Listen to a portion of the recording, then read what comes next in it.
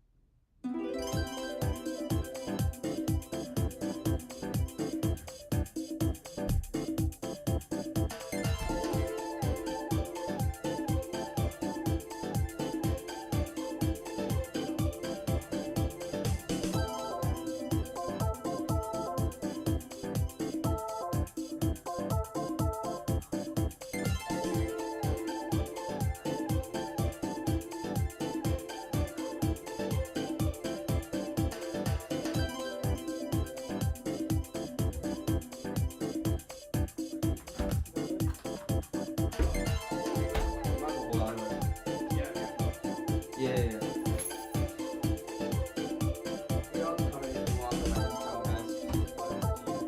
Like, just go through here if you want to grab breakfast.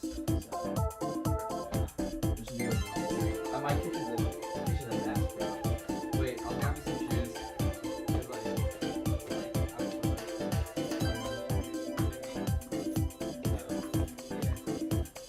yeah. Oh, these are falling apart. I'm sorry.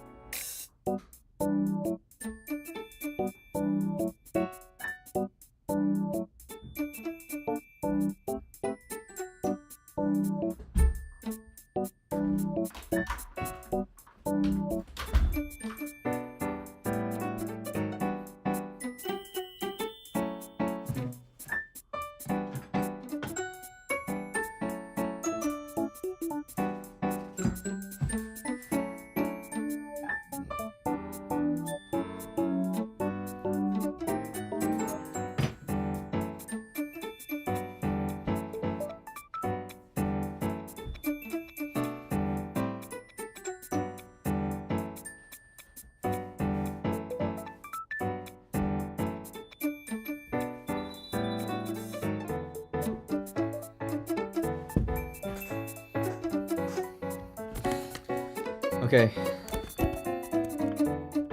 Time for actual lock in.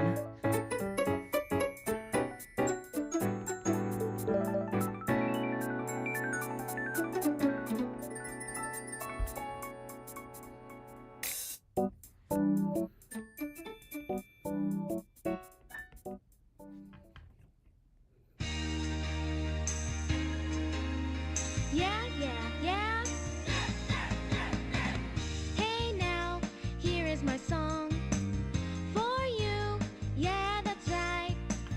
I wish that I was yours, but I'm too shy, I suppose. If only I could just conjure a spell. Kapow, hocus, hocus, hocus.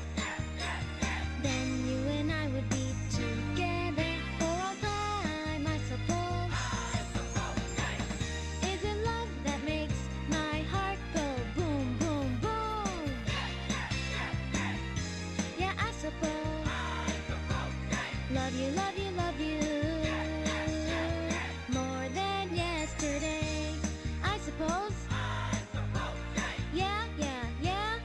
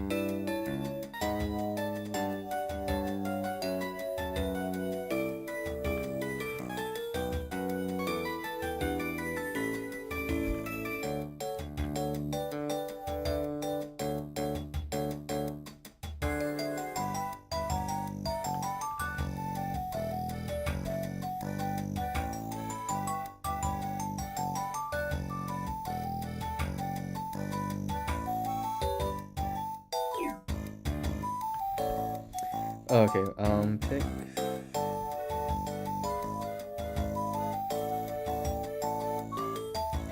Do we have an easy antiderivative for arctan of 14x? I don't know.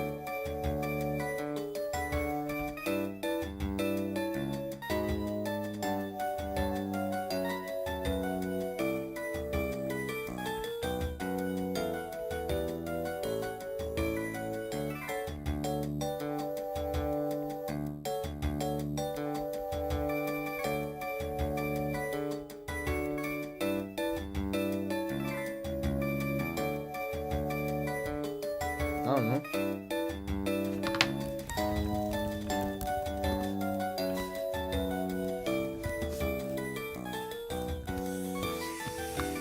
Yeah, we want to pick that one.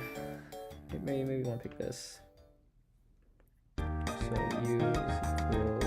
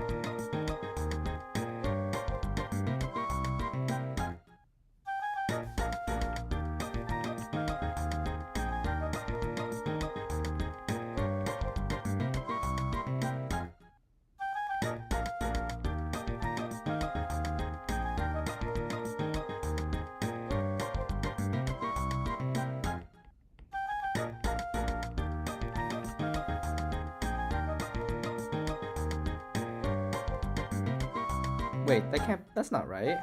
What? Wait, what?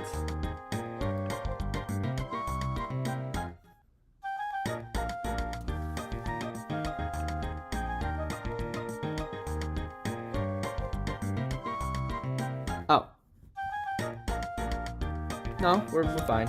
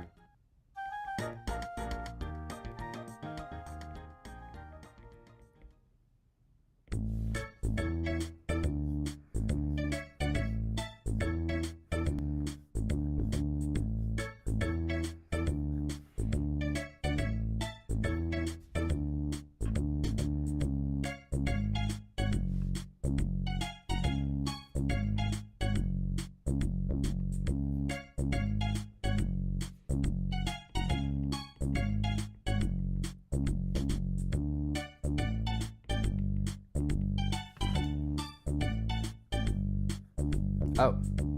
Wait, what do I do here?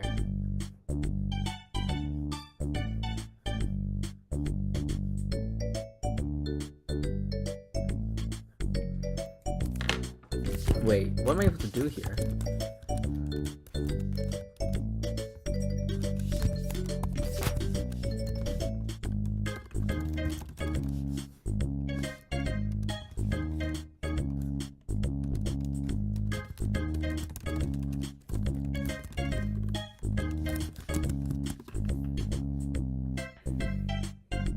Swear to God, if it says the other way around. Okay, then what do I do?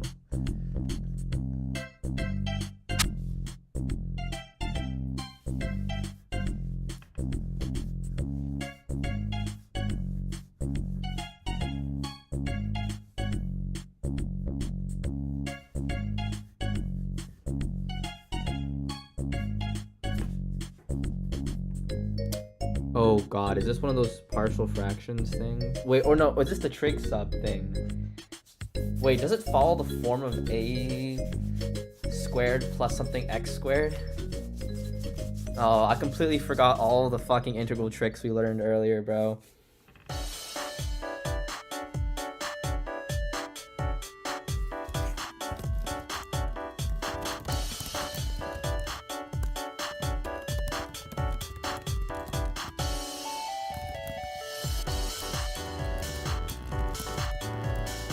No, wait, that's the wrong form, because I would have... Wait, hold on. I did the whole web work, but I completely forgot it all.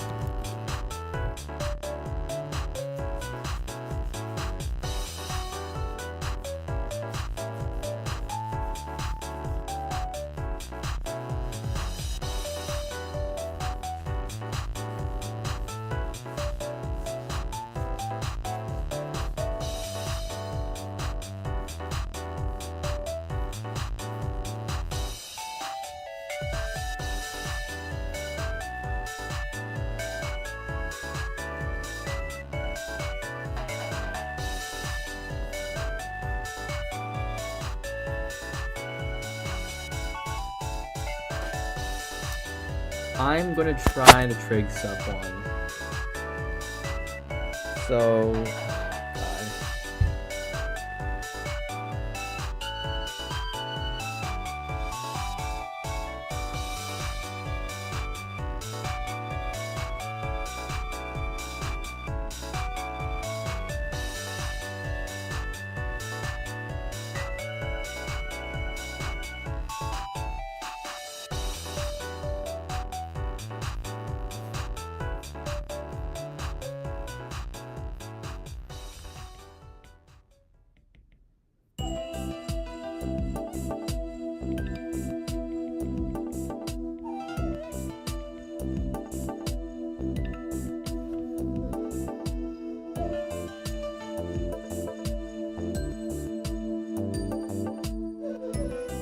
I'm crying, bro. I did all those trig sub practices just for it to immediately fall out of my head, bro.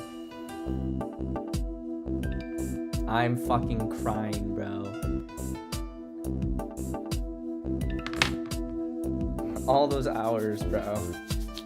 Just immediately forget it, bro. It's okay.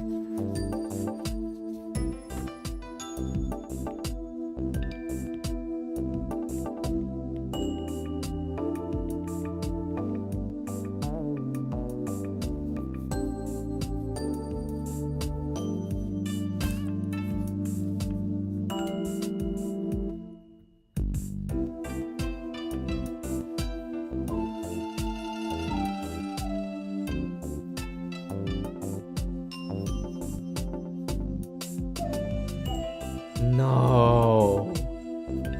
No, dude.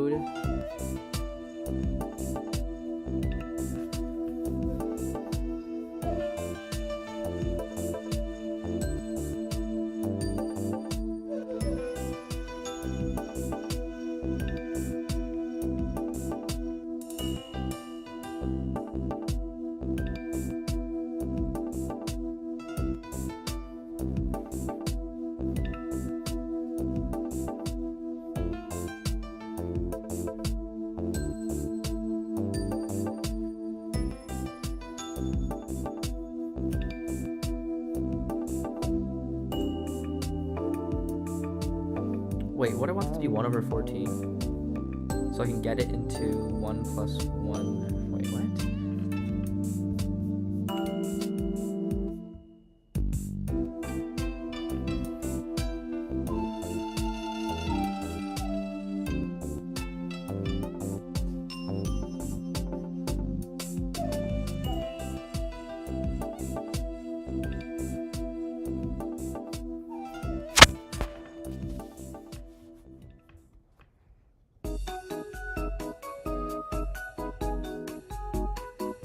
Wait, what?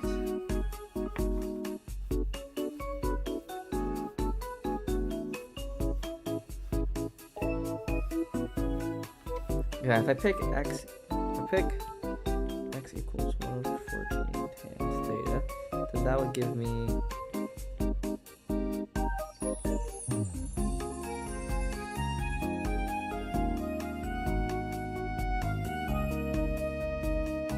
secant square, right?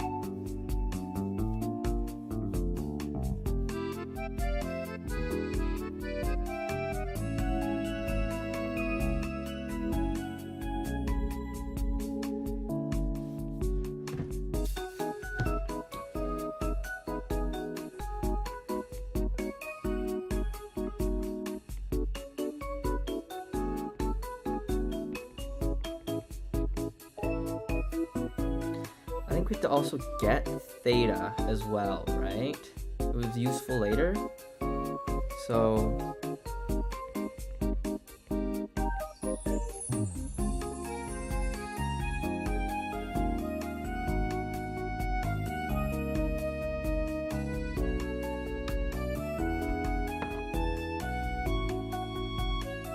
oh.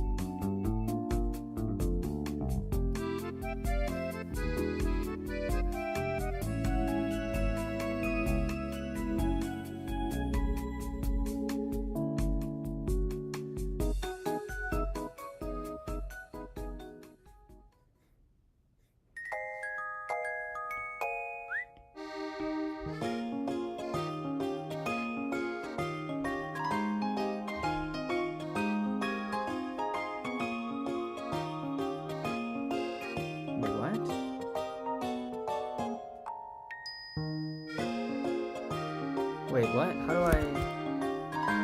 the differential?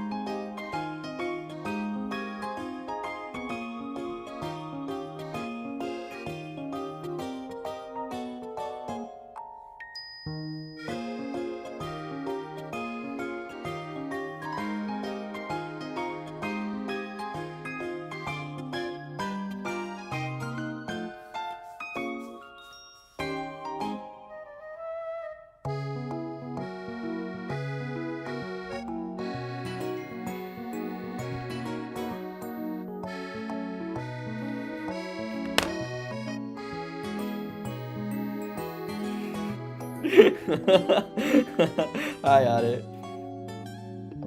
For real, bro. It's whimsical, man. I'm on the whimsy, bro.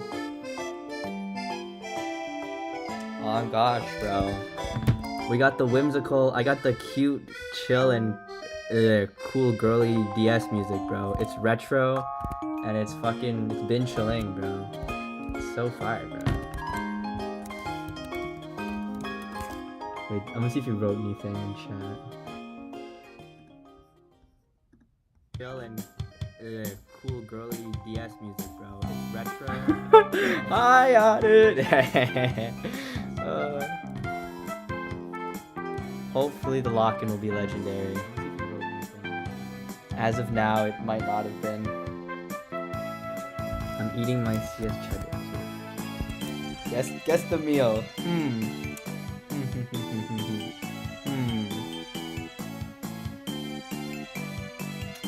Zero sugar, oil, and sodium.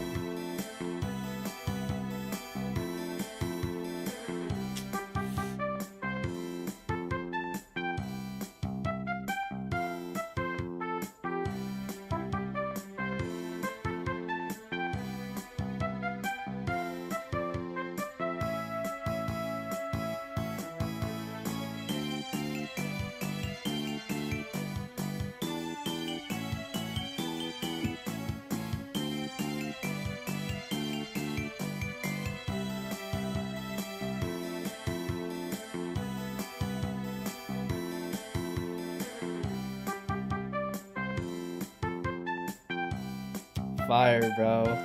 W chips, bro. I could go for some chips, bro. Shit. Damn. Damn, that's tough, bro. That's tough. Damn, bro.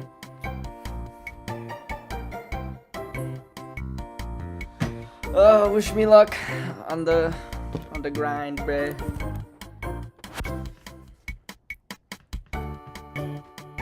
I wish you luck on the grind, sir. Yay!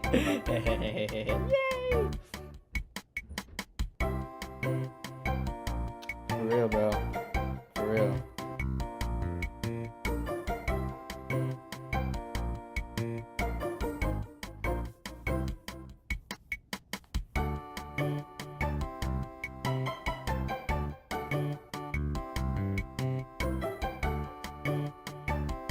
Oh God, bro, I love you, bro. Have a good night, man.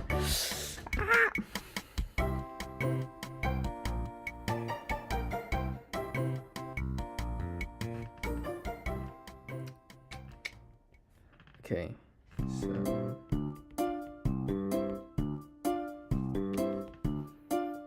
I'm gonna want to do. So that would be cool. I lost my brain cells.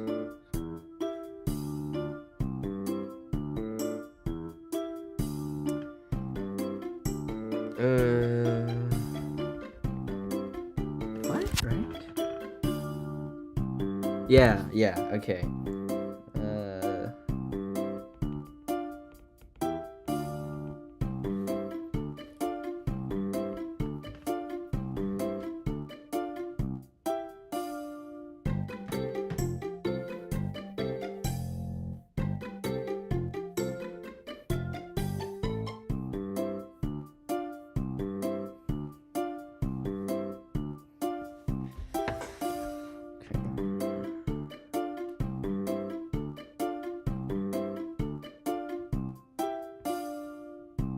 So I'm gonna want to swap out. So that's dx equals 1 over 14.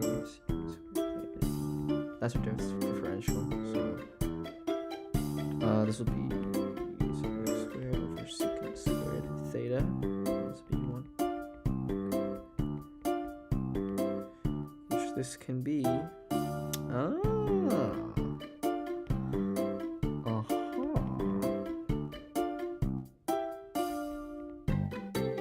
Wait.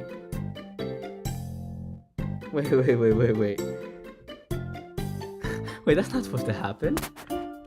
Wait, that's not. Wait. X equals over 14 and theta. So this should be 1 over 2. 1 over 196. Theta. Or have I just recreate the problem again?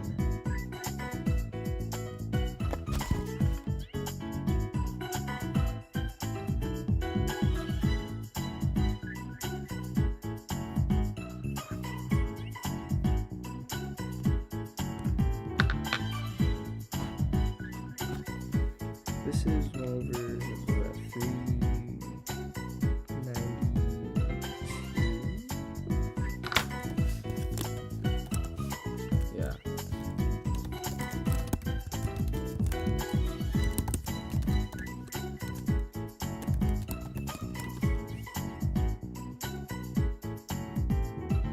I might be off the mark. There's no way, dude. I think I fucked it up.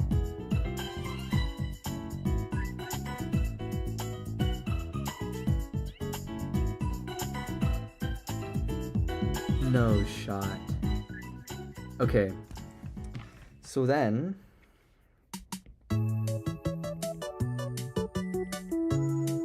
how would I take an antiderivative of tan squared theta?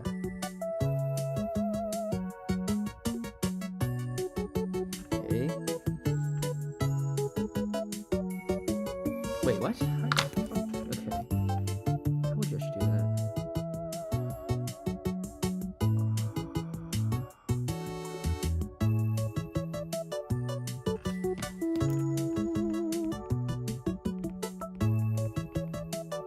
So we had tan squared theta plus 1 equals secant squared theta.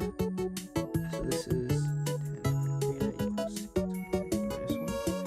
So this is going to be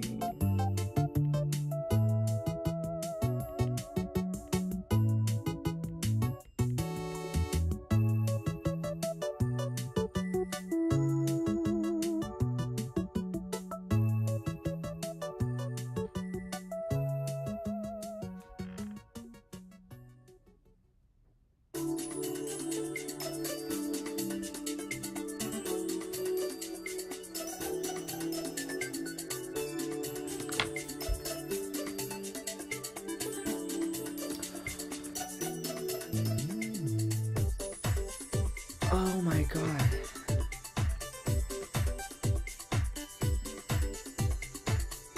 Because if we do, let's say, d over dj secant squared, j, that's secant squared, right? Because you'd have sine over cos, and that would be f prime times g. So you have cos squared plus, or no, wait, hold on. You have negative cos squared. You mean negative because, would it be negative? No. You have the top, no, that's positive. And then that's, minus, and then you have negative sine squared, and that's over cos squared, which equals to 1 over cos squared, so that's secant squared. And then antiderivative of 1 is just the thing, the differential, or so like the antiderivative of 1 with respect to x would just be like x. So that would be tan theta minus theta. Oh my god. So we go back earlier. Theta equals arctan 14x.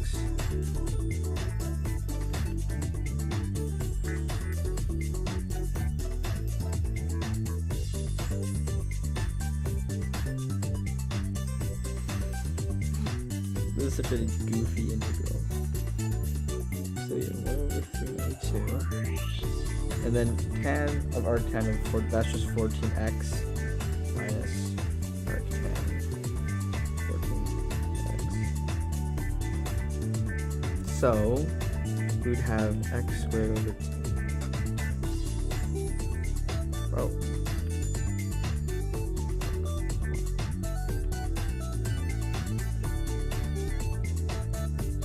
Over 2 times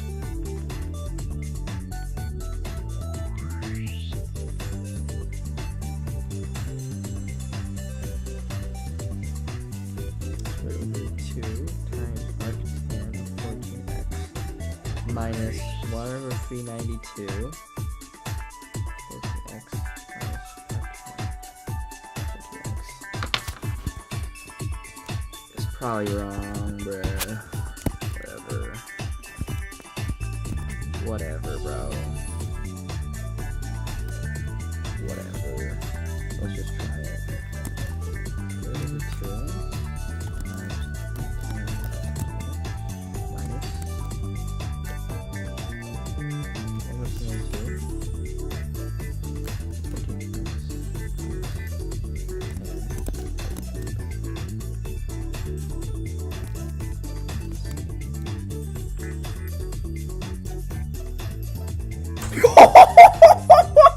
Let's go!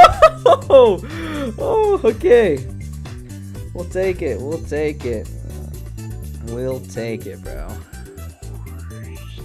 Holy shit, bro. That was not supposed to work, bro. We will fucking take it. Holy shit.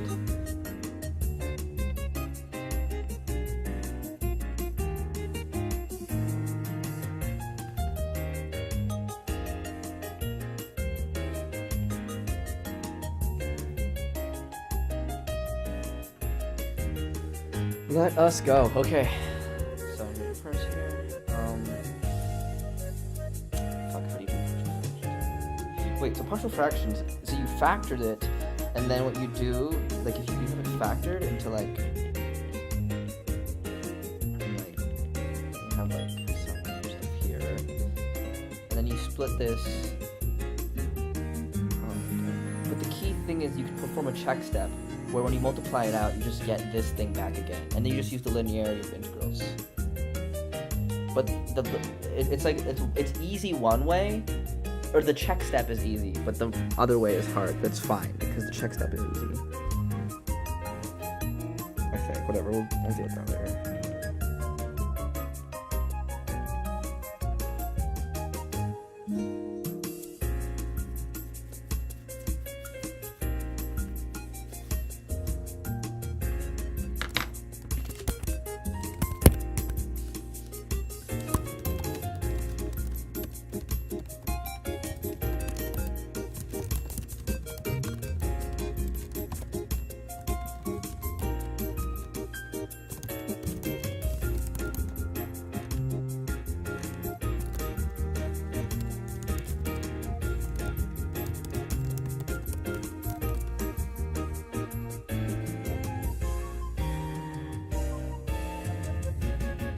Watch me be wrong, bruh.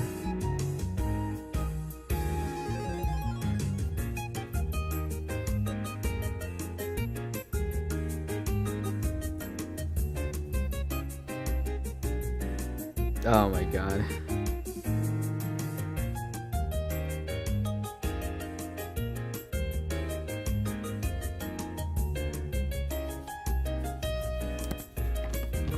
Okay.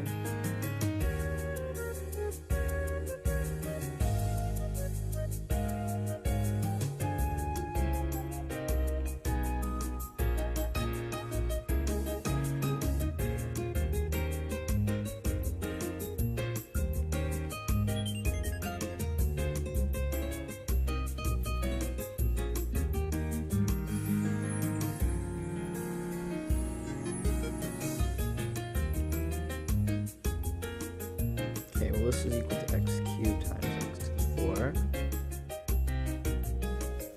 That's fine because when I take the 1 over its derivative should give me an x cubed in the denominator, so that should help me cancel. So we're binchling, right? Because then we'd have x cubed times w cos w dx. We're going to go dx swap with 1 over w prime x dw. Okay. So that would be equal to 1 over 4x cubed dw. So this is going to be 1 over 4 w cos w dw.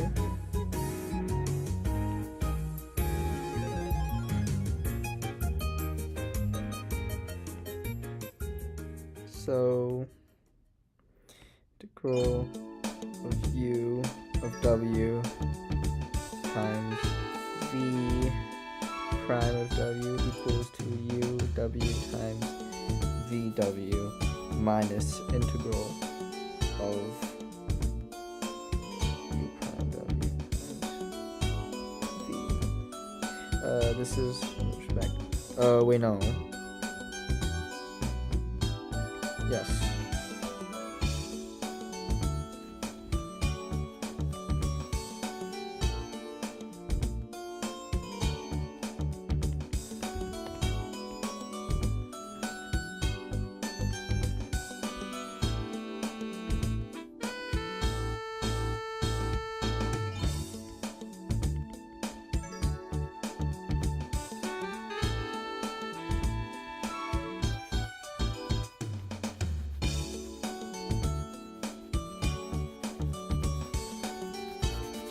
Right?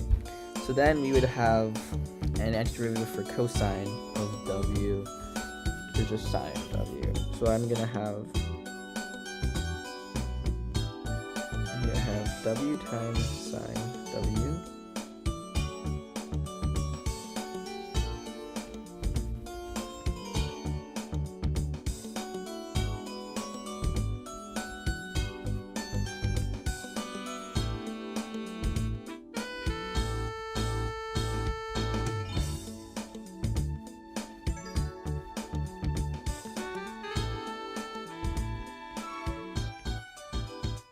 So this would be 1 times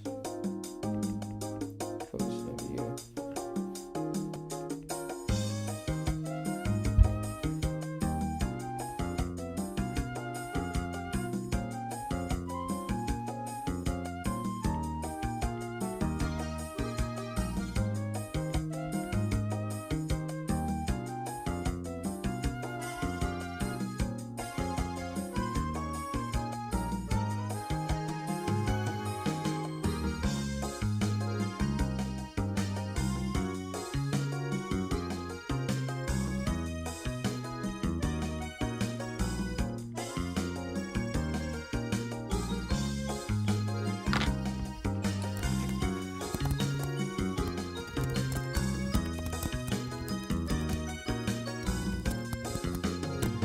Come on.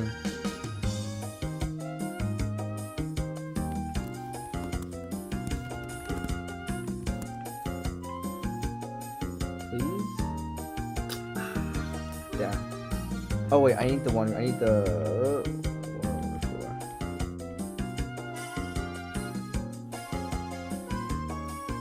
1/4. Wait.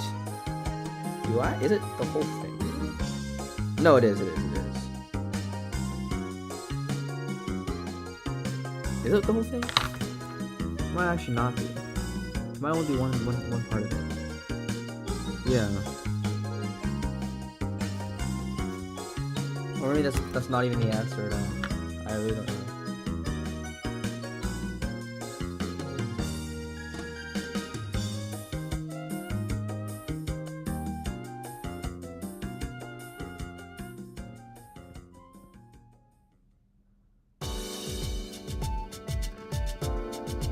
Right? Like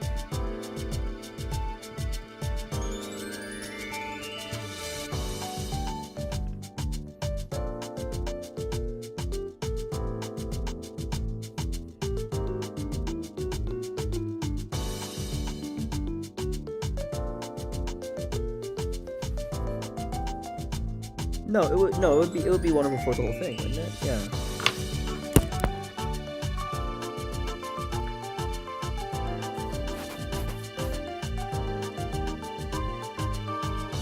What?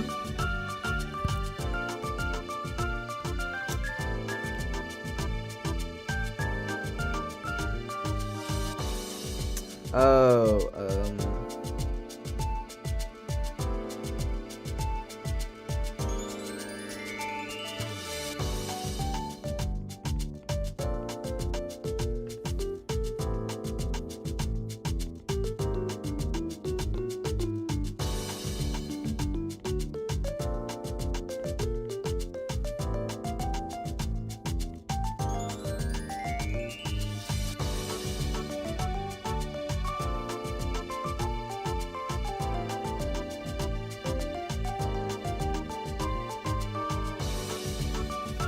is it a plus sign?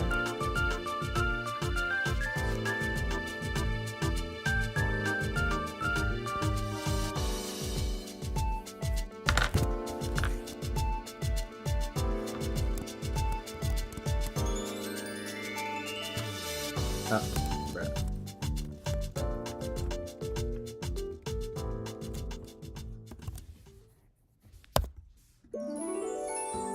Pretty please. Thank you.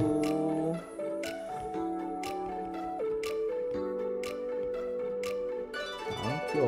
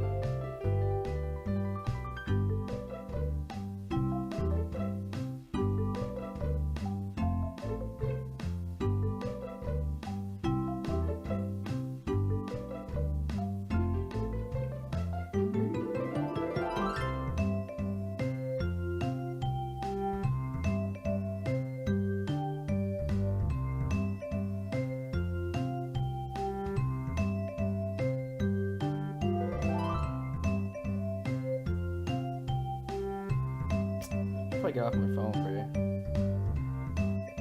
Yeah, I'm gonna get off my phone in a second.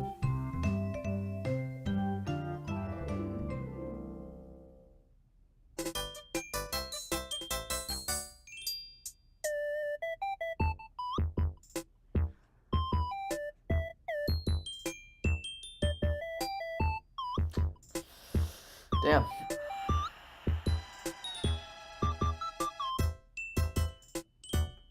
This lock-in is actually not legendary. It's quite mediocre.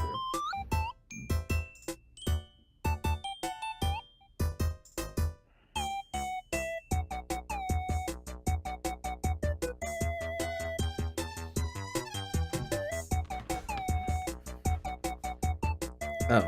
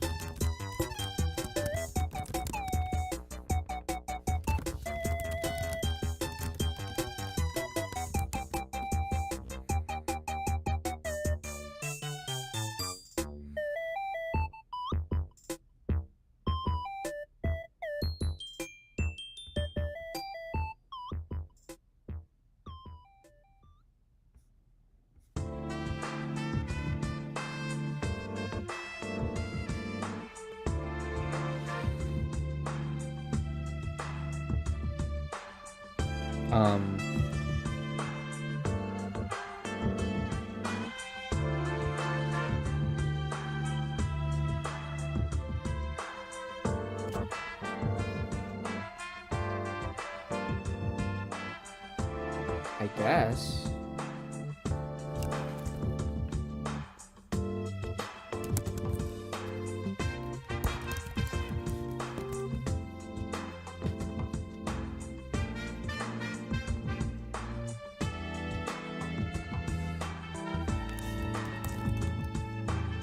Oh.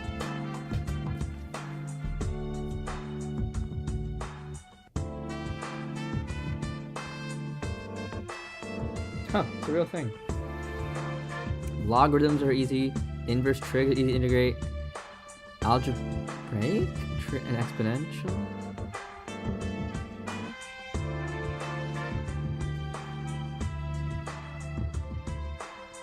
Oh, you want to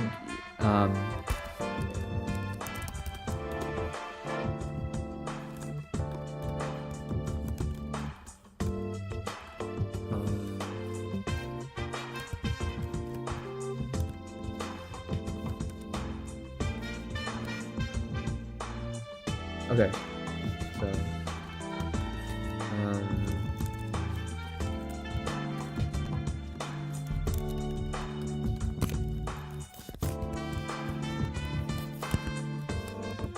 oh wow, doesn't matter the base, it's still the same derivative.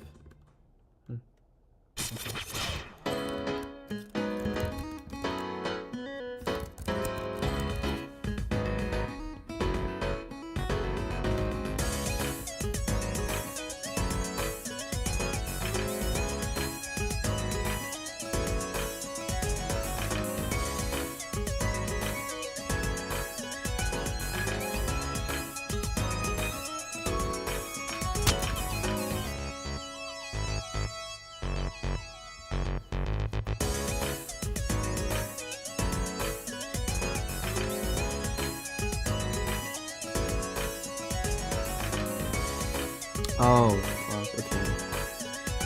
So you want to integrate the exponential ones, trig functions, algebraic is in the middle. This algebraic is like a polynomial type thing.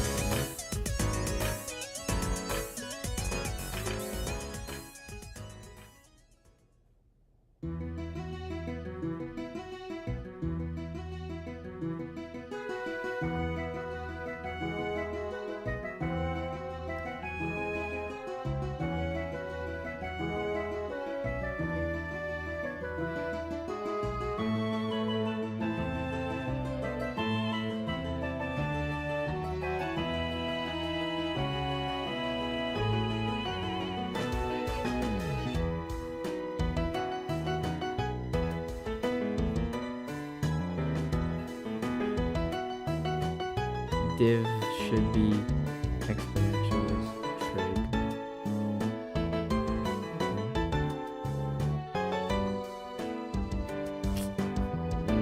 I'm good, bruh.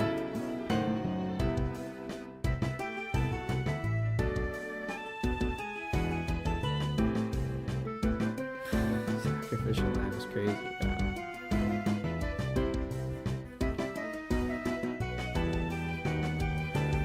Man,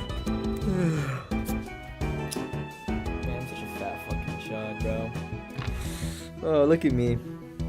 On my stupid little AI tools, bro. My stupid little chatbot. Like I'm foaming at the mouth retard, bro. Just punching it all in all the time. Whatever.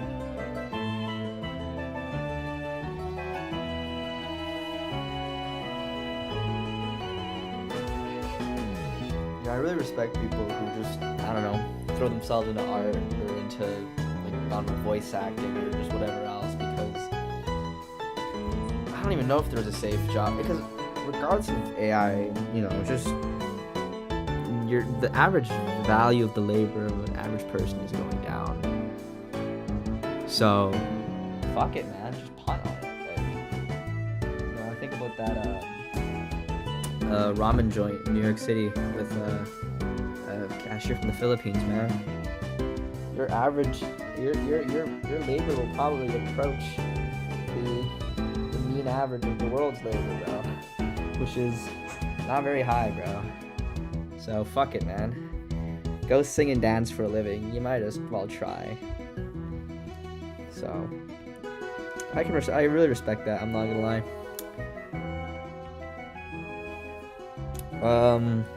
So I'm gonna have, this is dx. I'm gonna have 4x times w e to the negative w dx. Now we're gonna swap dx for 1 over w prime x, which means that would be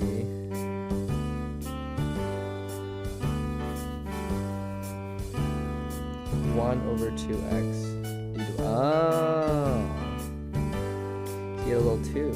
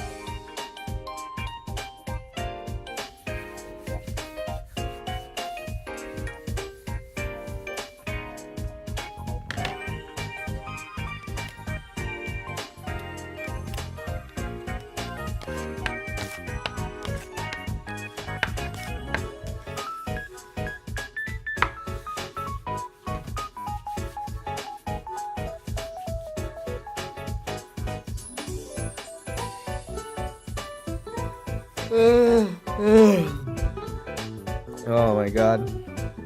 I'm such a fat fucking chud, bro. Holy shit.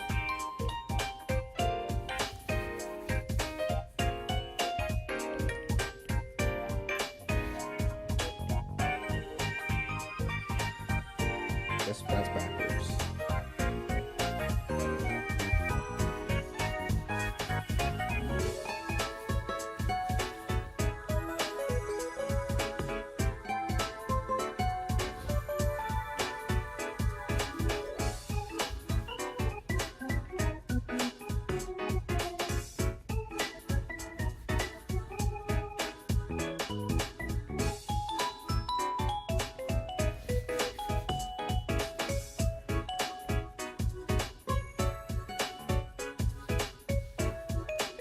Wait. No, yeah, we're good.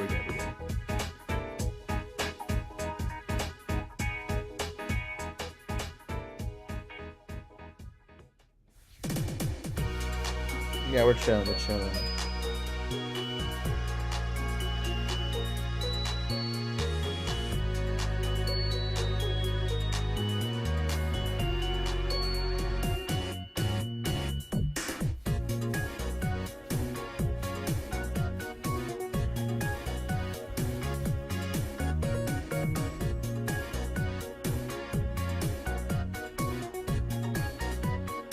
Wait, what? Wait, I am tripping, dude.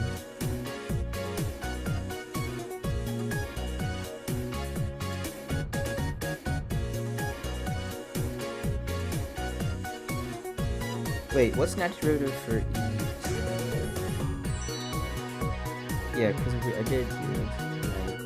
So this is a good answer. For me, another anti-e.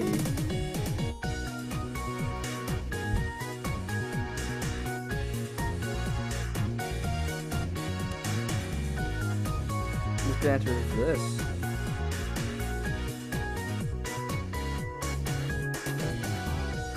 Well, I don't know. This is not a good answer for itself because we know that if you take its derivative, you end up with e to the negative x. So what do I do? Oh, you know what I could do? You know what I could do?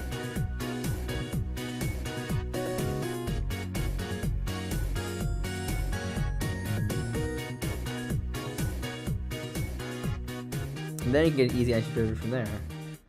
This would be w times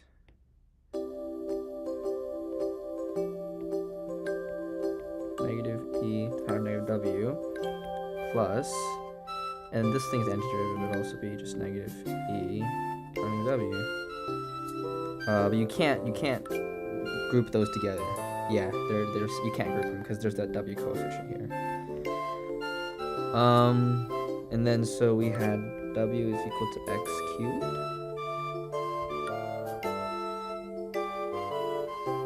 If there's a partial fractions one, I'm literally just gonna fucking cry.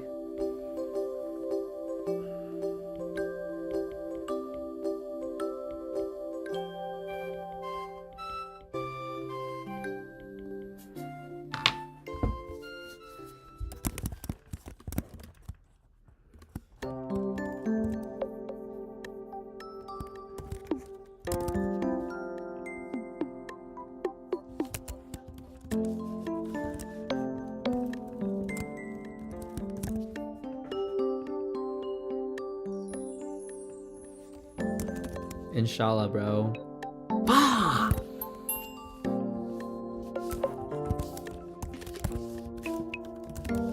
What did I do wrong, bro?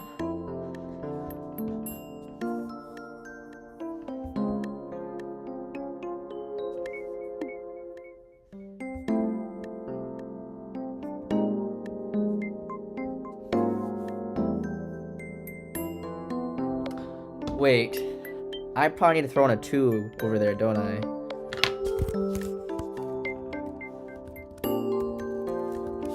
Because I had a 2 coefficient, right, out here? Yeah.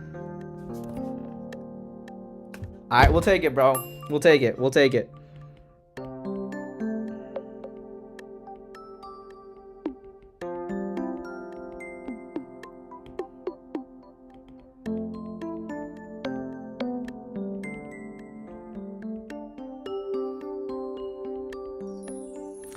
I need to go to bed in like 2 hours because I have class at 11 tomorrow. And I'm gonna grind out web work. And then I realized I need phase 1. And then I committed to practicing some guitar. And then going to a senior home on Saturday. So oops. Oopsies.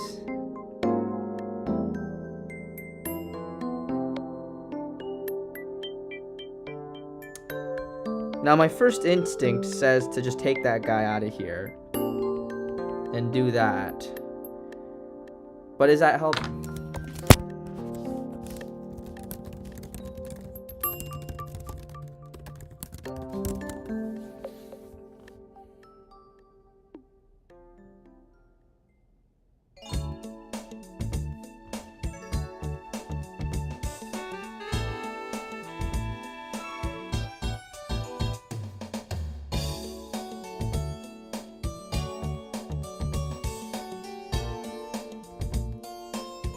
Okay, so you do pull out the 8.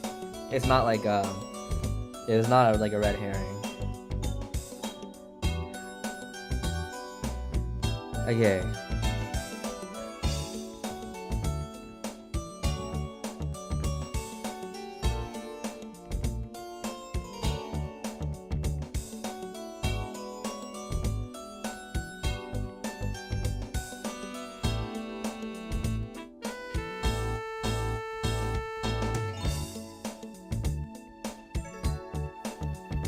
Oh, shice. So this is gonna be...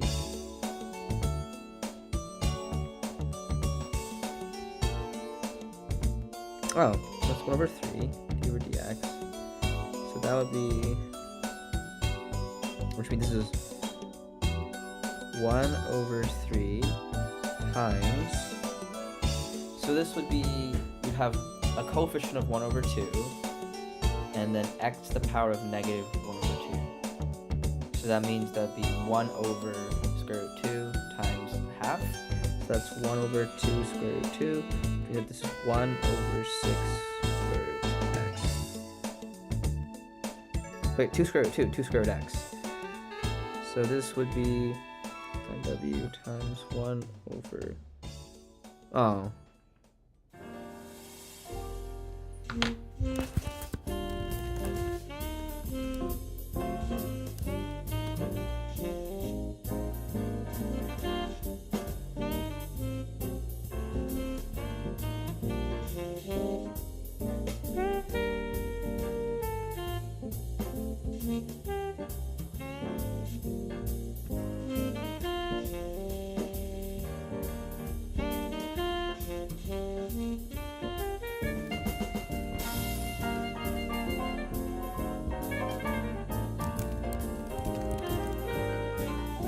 Wait, what?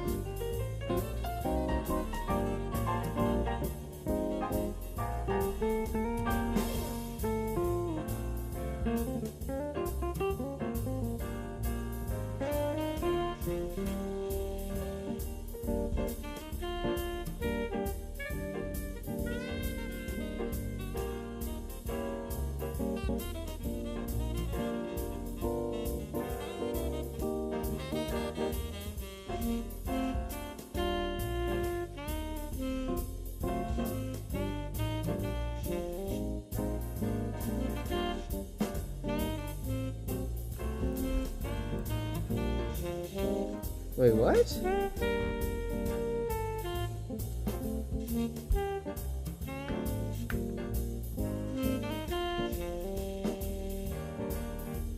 I think I have a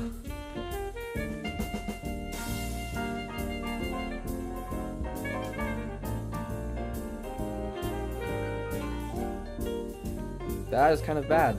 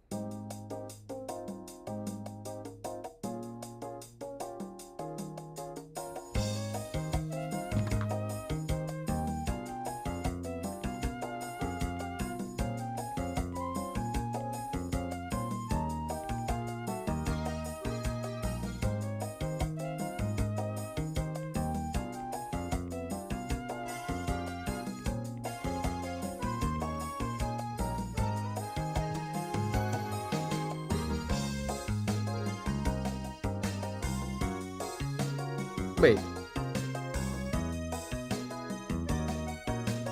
Wait.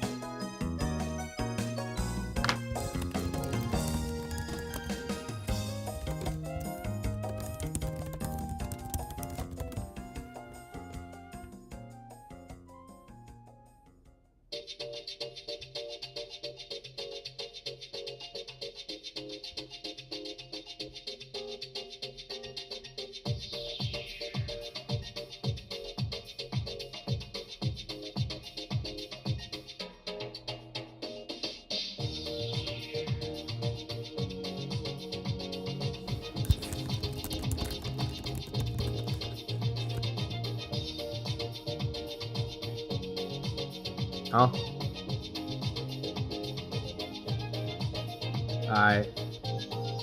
I guess, bro. I guess. I don't know. I literally don't know. I'll have to. I trust. I trust, bro.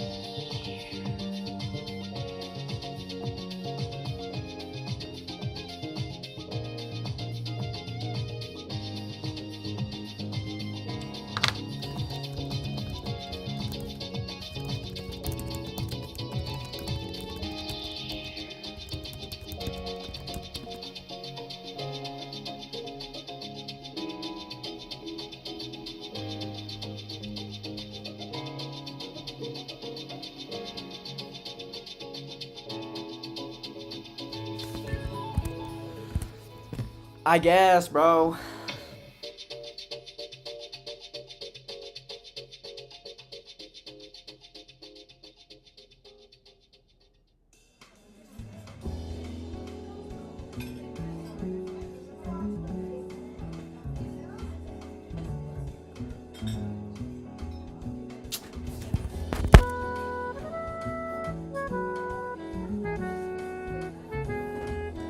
This lock-in has been mildly to not really fruitful, but it's okay.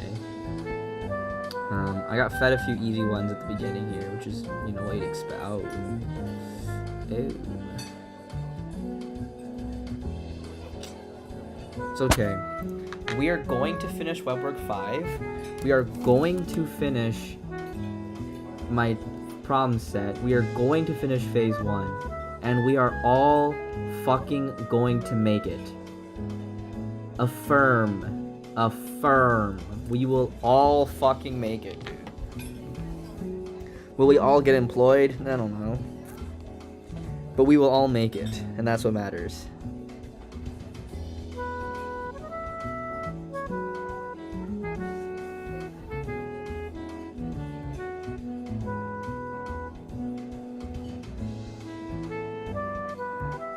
Okay. So, my integral right now is sine w dx, a outside.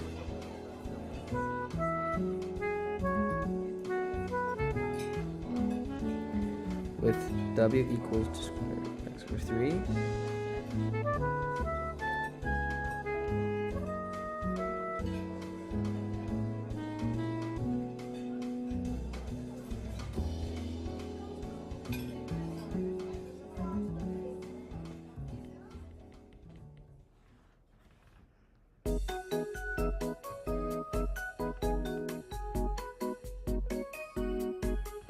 Wait, no.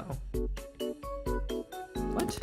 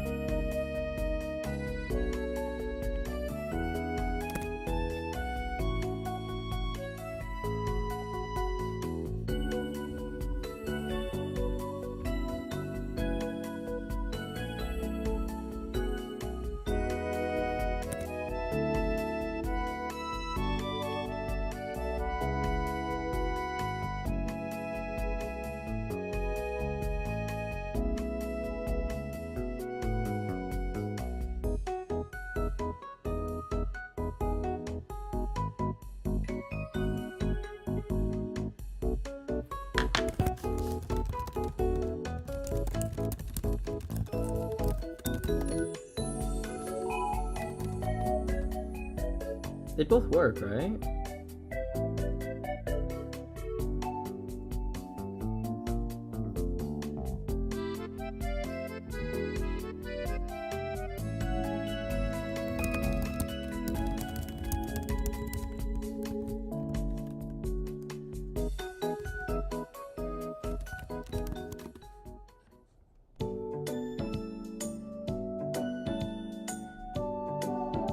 Dude, I think I'm actually retarded. I might genuinely be retarded, bro. I might genuinely be retarded.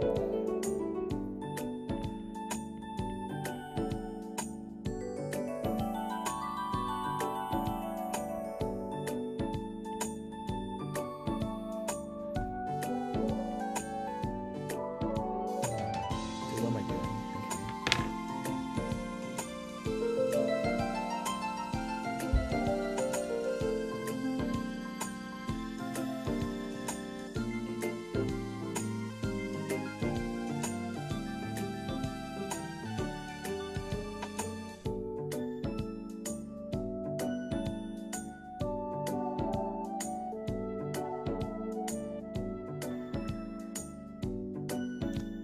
Damn, I always be scrolling reels, bro.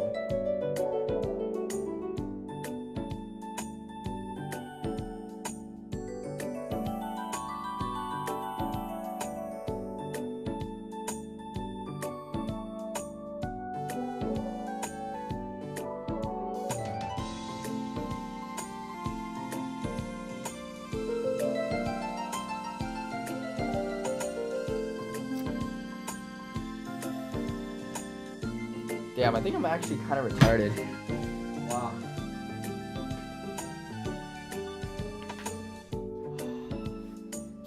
You know what? Instead of phone time, I'm gonna do floor time. Floor time is where I just go lie on the floor. Except the issue is, never get on the floor without a plan to get up.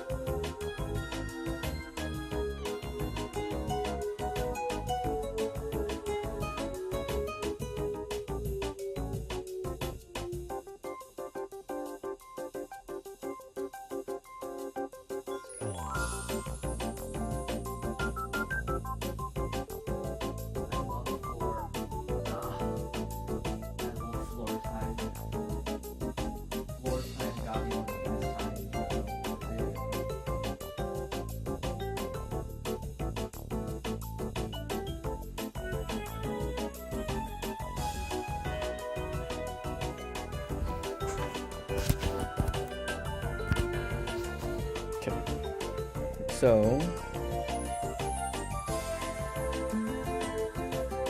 we're gonna go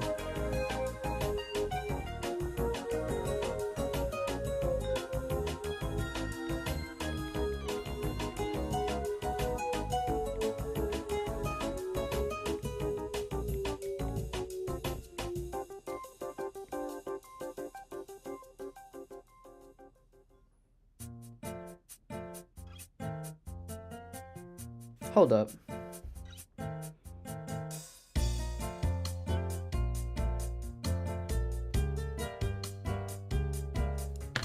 I think I fucked it up. Nope. Nope, that's how you write it. Wait, no, I did fuck it up. No, I did not fuck it up.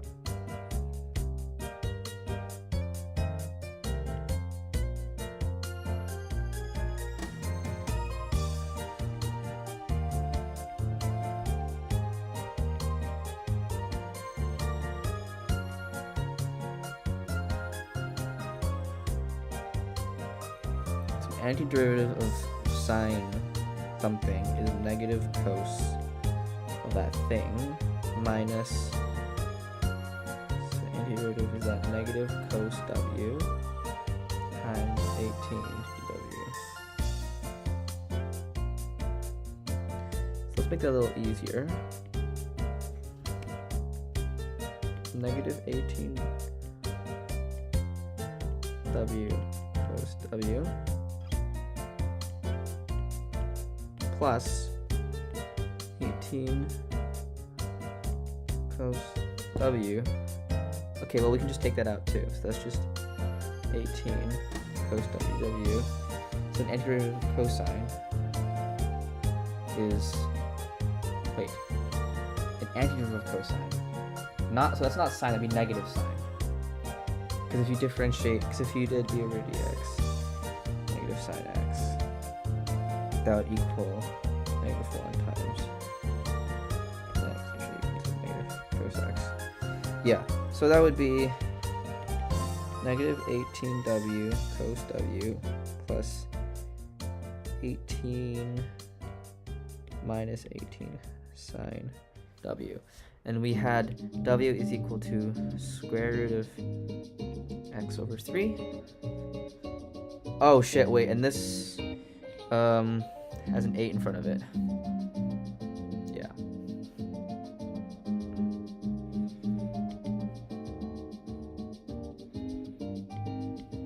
Negative 18 squared x over 3 cosine of squared x over 3 minus 18 sine squared x over 3 plus 6. So we're gonna have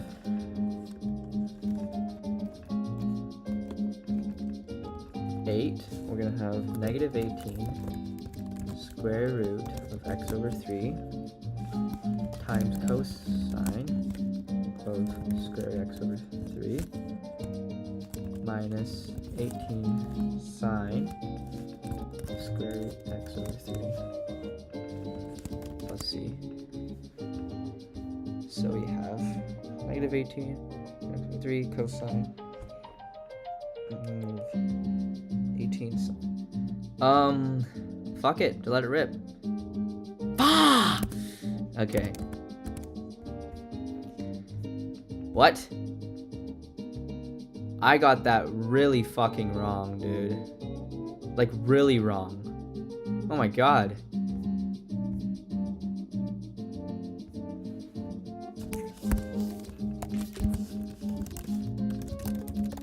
Dude, I caught that so fucking wrong.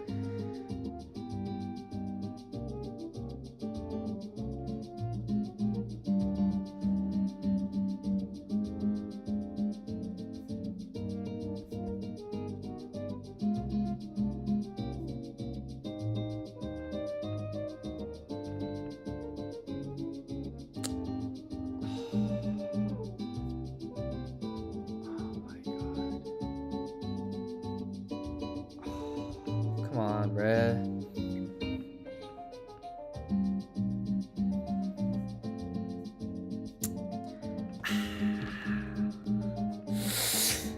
I did not catch that. That was dumb.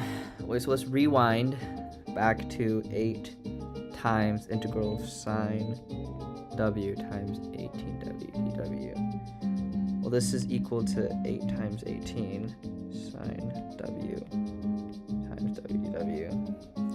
So then you could be like, pick, and then we have 8 times 18, 144, bruh.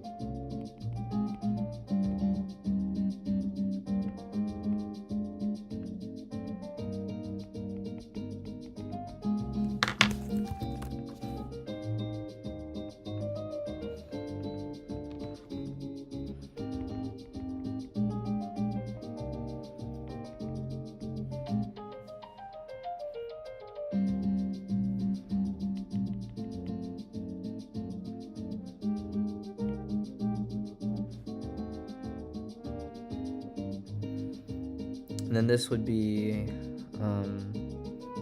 so this would be w times negative cos w minus, this would be just, so this would be plus cos w, right?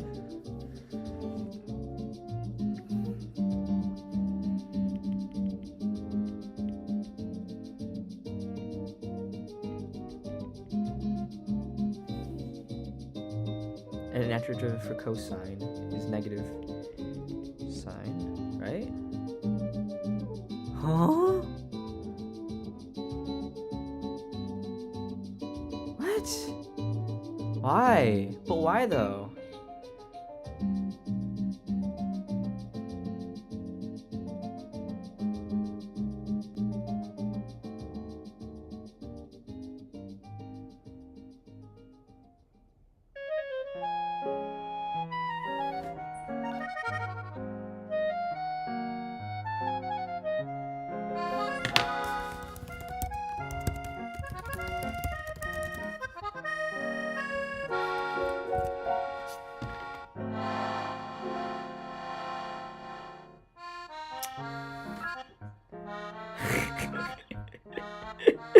Oh my god.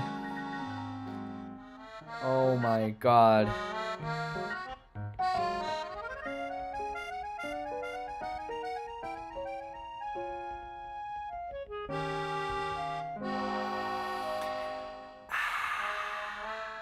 The reason why it's not negative is because the antiderivative of positive cosine of something is sine of that same variable.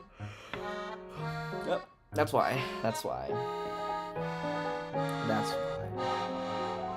A little brain fart there.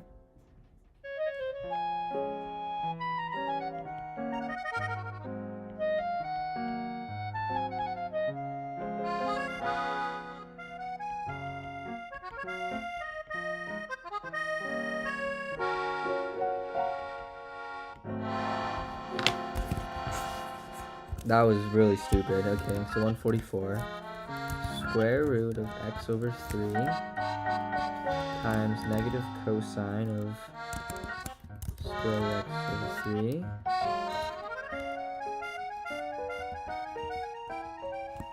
plus sine square root x over 3 plus c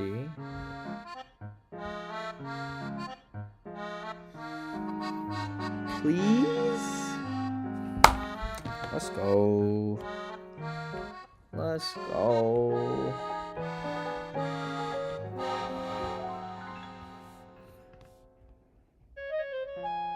Bro. Dude, why is my fucking iPad like tweaking out recently, bro? I'm not gonna lie. Like, it's always been a bit of a tweaker out, but it's genuinely like now I'm having finger touch input weirdness. Which is like kind of weird because there's always just pen stuff like static electricity in the past, but now it's like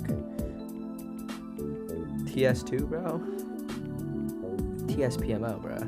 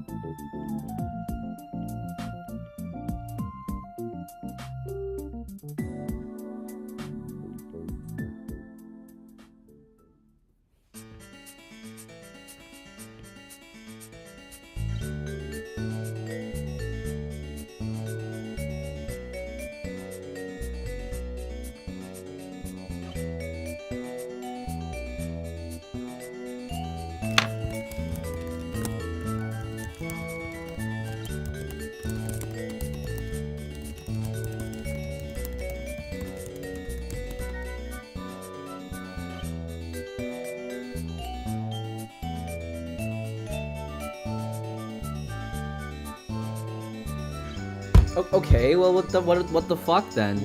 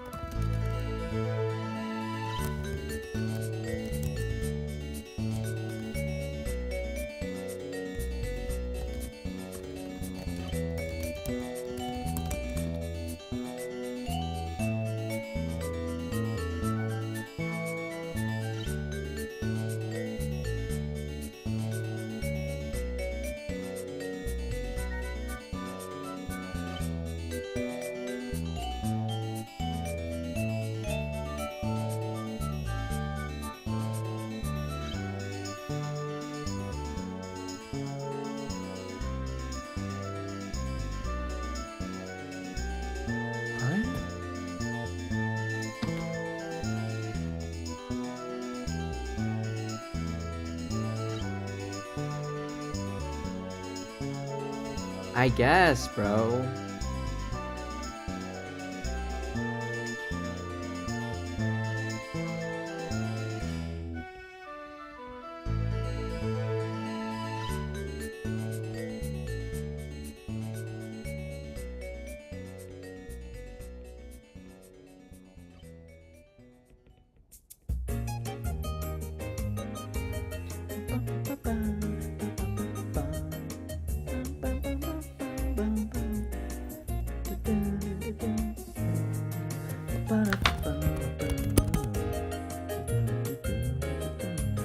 I've only been here for 30 minutes? What? No, I've been here for an hour and 30 minutes.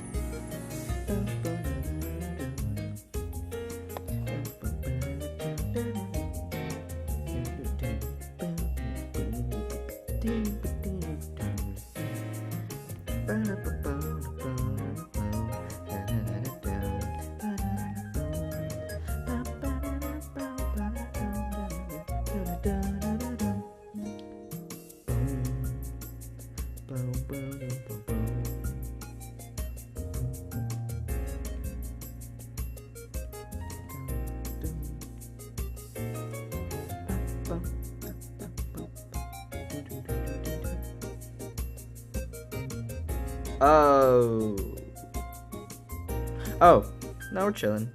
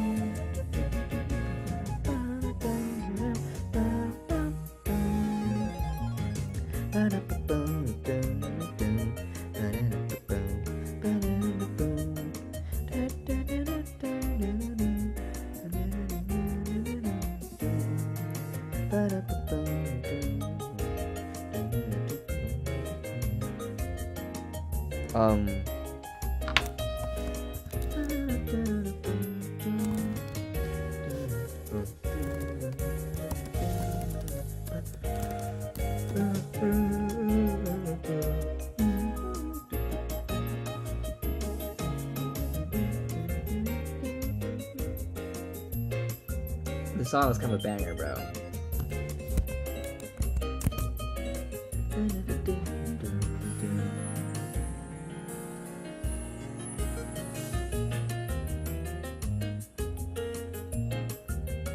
Where's the one that's like...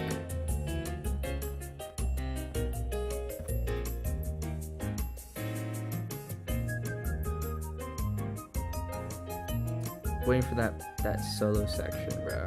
Or wait, I think I already passed. Never mind. Never mind, here we are.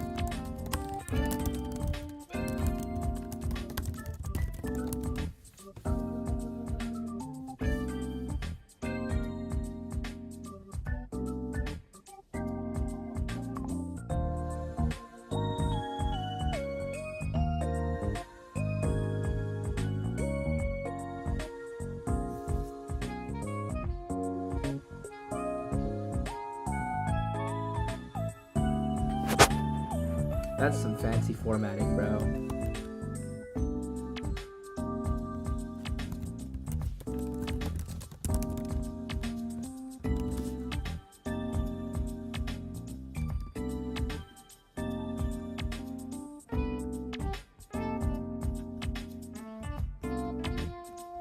It's gonna like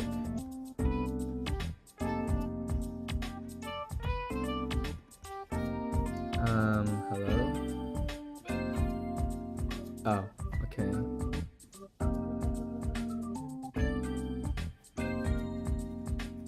Bruh.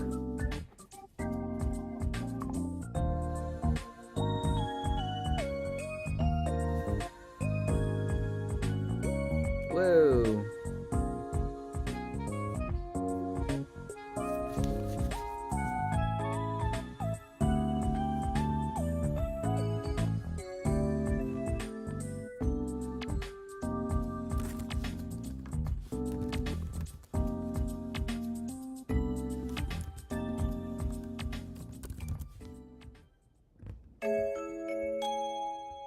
Holy shit, that's pretty cool.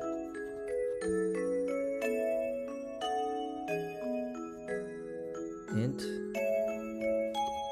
What did that?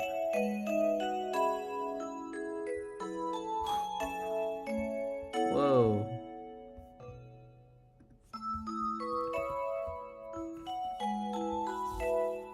That's integral, right? Okay, so you have integral, then you have arctan view. Okay, I'm gonna write this out. So we have let's see, 2 plus 2. In x in look at this guy.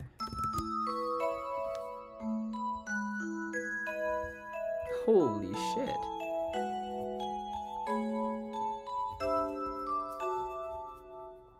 That's cool. So we're gonna go int arctan w is equal to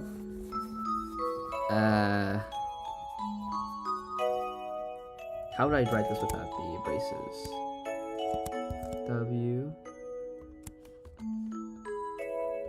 w underscore v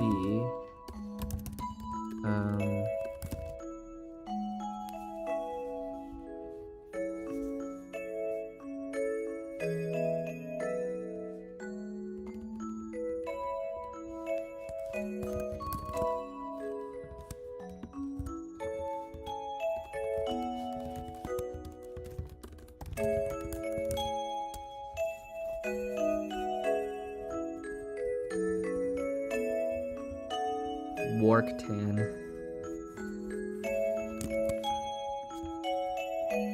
that a space?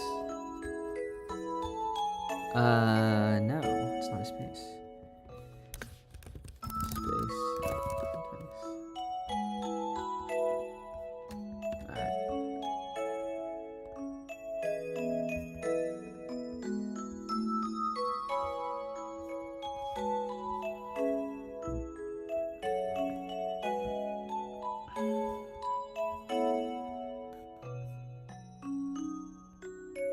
Dude, what kind of autism is this?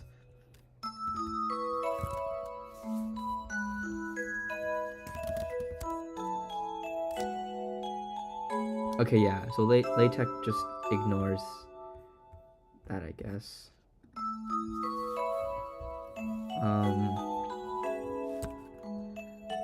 Int. Okay. So we're gonna go W minus V.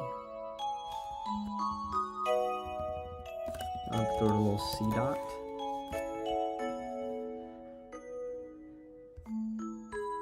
Whoa! Nice. Very cool.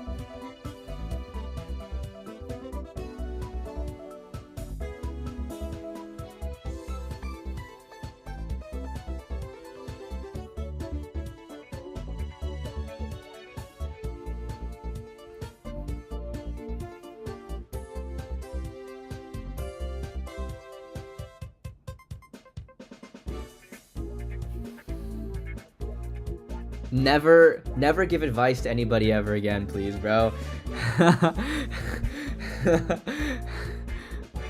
I guess it's not strictly bad advice, but like, don't you want like immediate feedback to know if you're doing it right or wrong, bro? Just write code in something that doesn't have syntax highlighting or like easily just write it in a text editor, bro. Like, I guess, bro.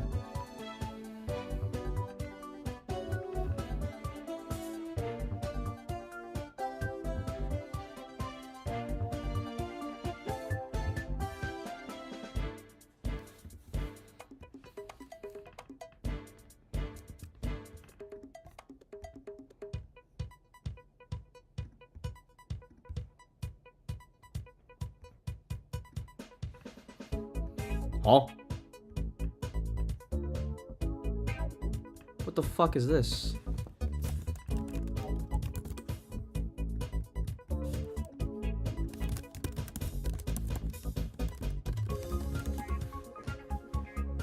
No! No!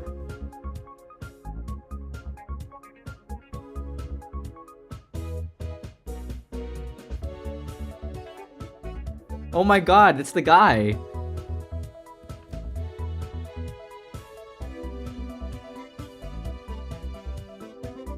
Oh my god, this is recent. This is really recent. Wow. Dude, 8 months can fucking change your life, dude. That's insane. Dude, that's insane. We went from biased, but I built this thing. Check it out, to fucking selling it to OpenAI, bro.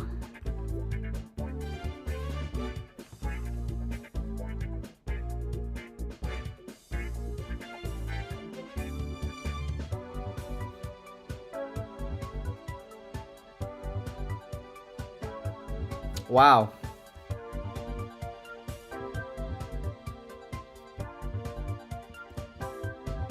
Dude, that's fucking insane.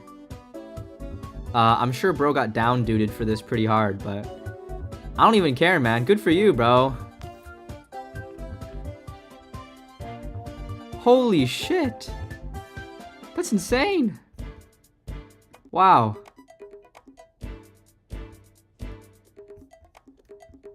That's insane, dude. Wow. A few months can change your life, bro. Cause I know he got the bag for this. I know he got the bag. I don't think he's gonna be in the business of disclosing how much bag, but I know he got the bag. Oh my god. Good for, you know what? Good for him, bro. Good for him, bro. You know what? He might have sold it off and made it into shit or whatever, but who fucking cares? He got his bag, and honestly, whatever, man. Good for him, bro. Nah, I'm not gonna probably not gonna use it, but still. With no AI. Oh, okay, yeah. Another one, okay. Okay.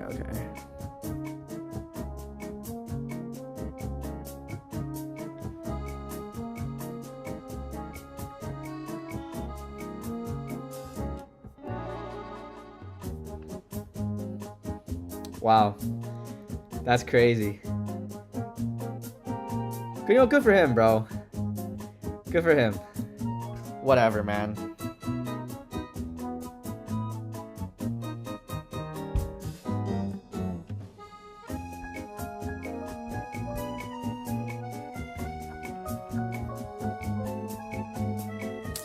God damn, bro.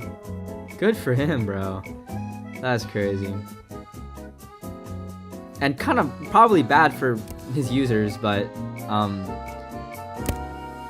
whatever, I guess. Not everything in life is a win-win. Okay, so I'm gonna take you. We're gonna look at you and say,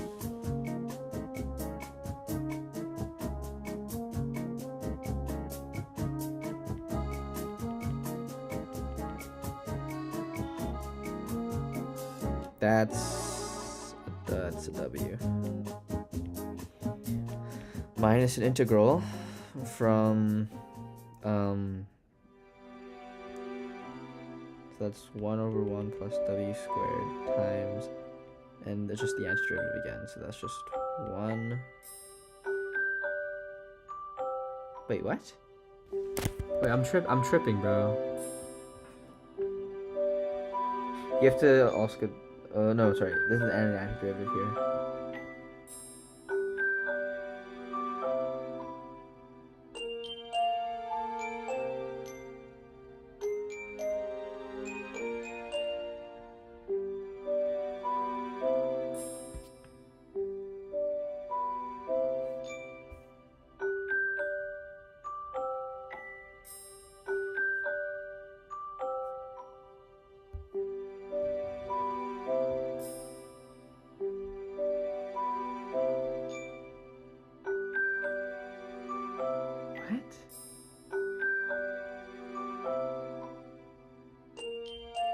Wait, what? The fuck does that mean?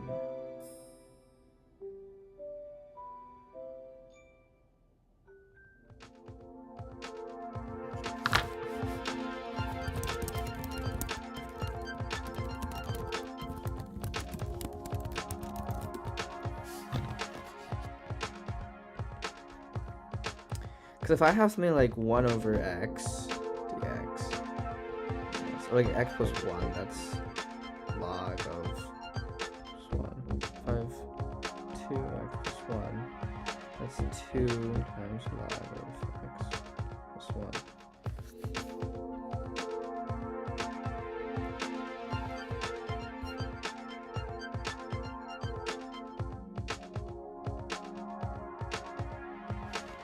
And you can do this by going let u equal to x plus 1, so that's 1 over x plus 1. And that'd be 1 over 1.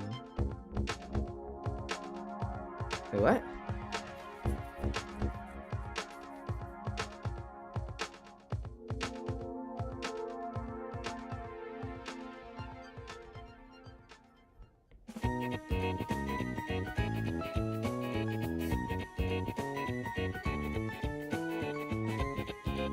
And the rule for this is going to be log of absolute value because that's log of absolute value x plus 1.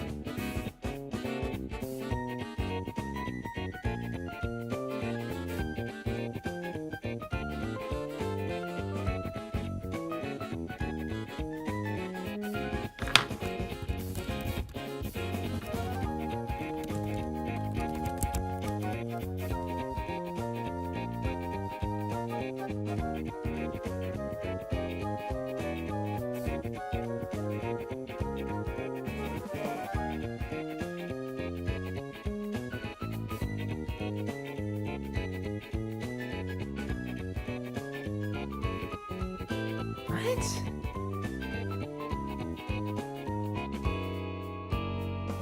I mean, I guess I'll try it. So, okay. So I have an integral w over 1 plus w squared.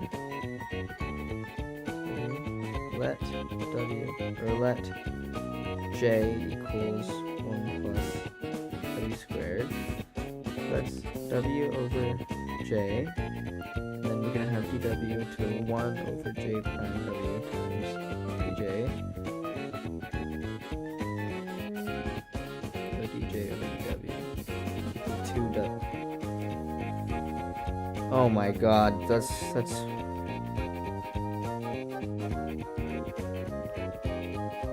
holy shit, dude. That's 1 over j, 1 over 2.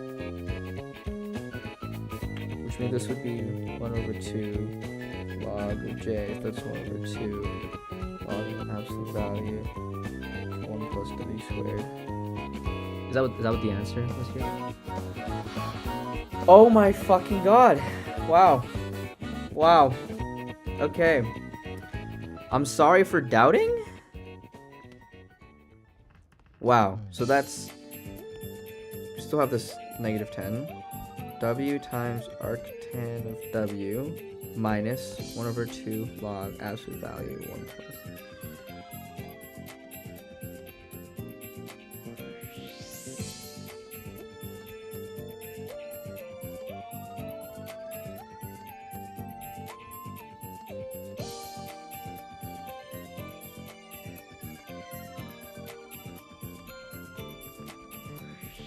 So we had w is equal to... what do we have w equal to again?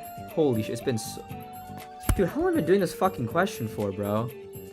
I've been here for like 25 minutes, bro. Holy shit.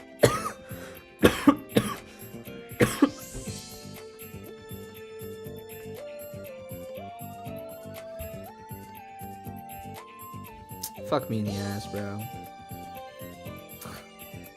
Fuck, bro. It might be GG's, bro, for me.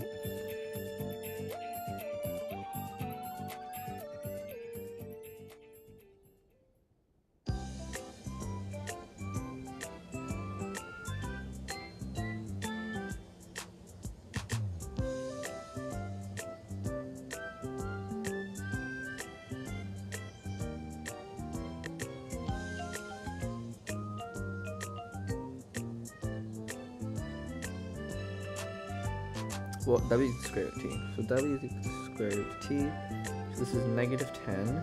So square root of t times arctan of square root of t minus 1 over 2 log 1 plus t.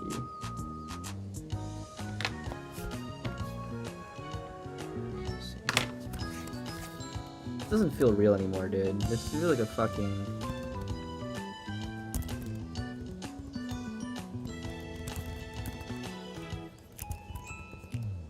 Do you think the parser will understand what the fuck I just wrote?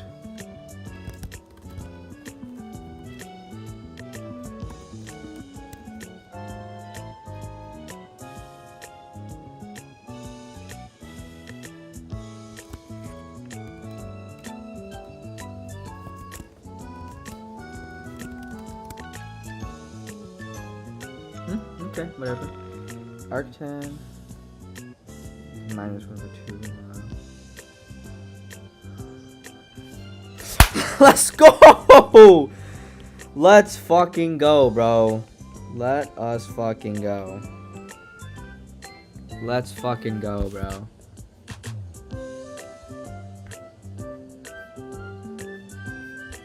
Let's fucking go, bro. We will take those. I'm really tired.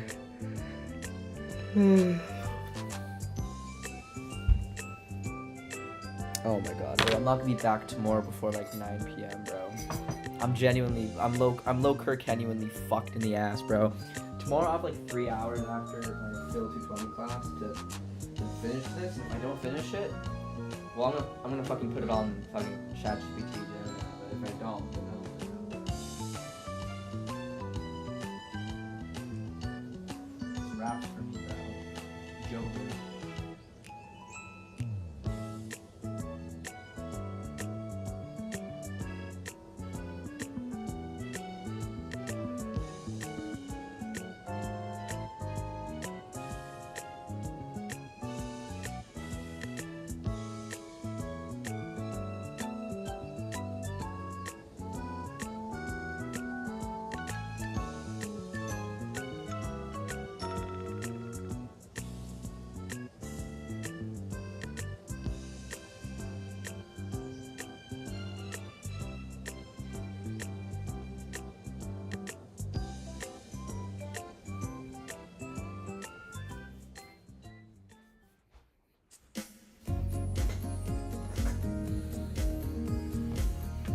I need some more floor time, bro. I can't fucking do this, bro.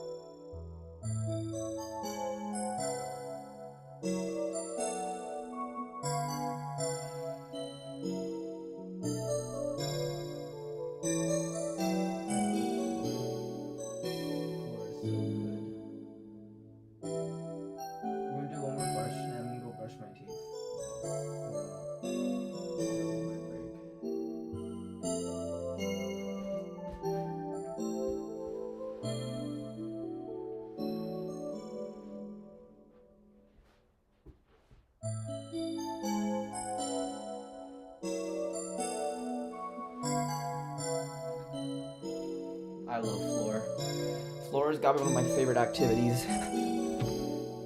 That and bed. Bed gotta be one of the top activities, bro. Holy fuck, bro.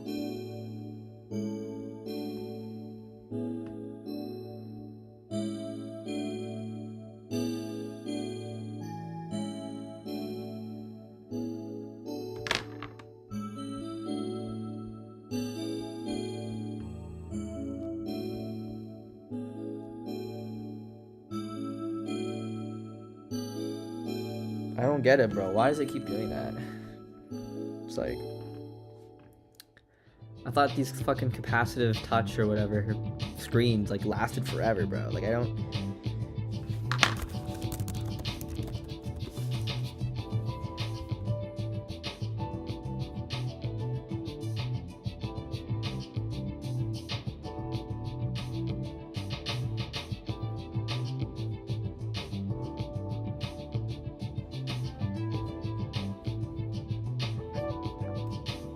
What the? Why are there integrals here?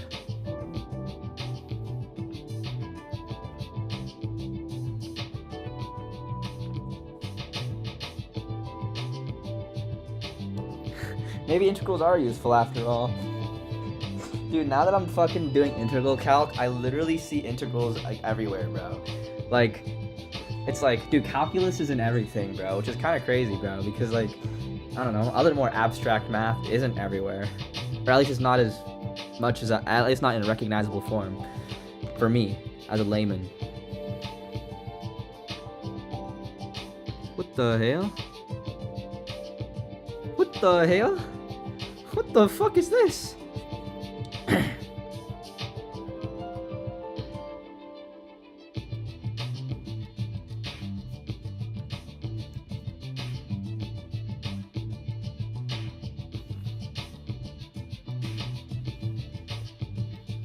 Theremin? What the fuck does the theremin have to do with this, bro?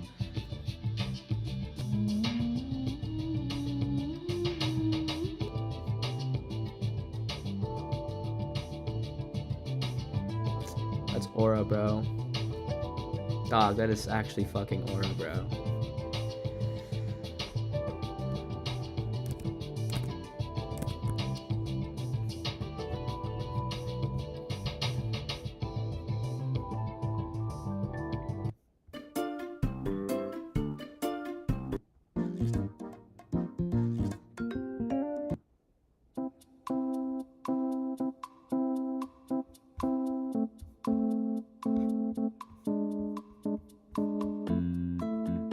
Probably gonna hit one of these bad boys, bro. Oh yeah, bro. Yoga theme, bro. Fucking vibe, bro. Oh shit.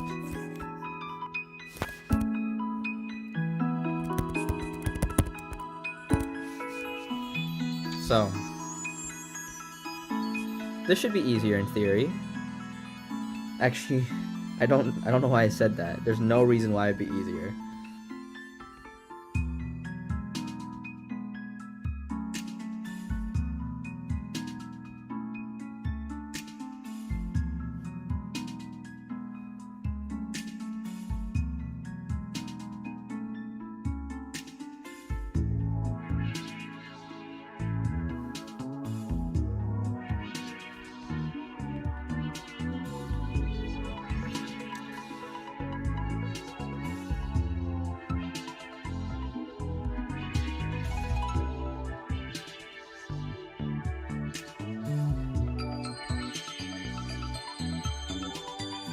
It's like the touch just doesn't want to work sometimes. It's just like fucking weird. Like why? I thought capacitive touch lasted forever, bro. Or basically forever. Times 1.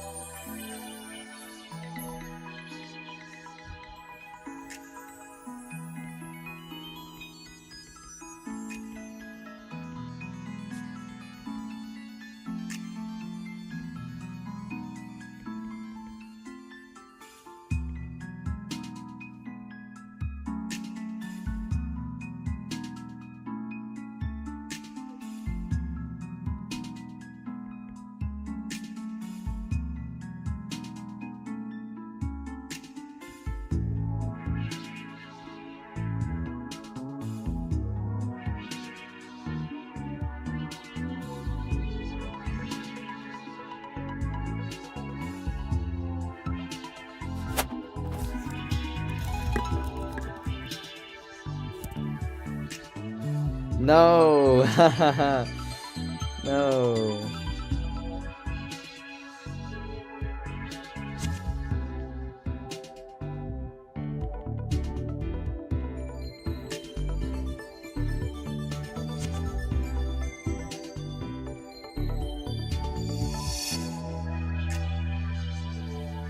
Wait, what?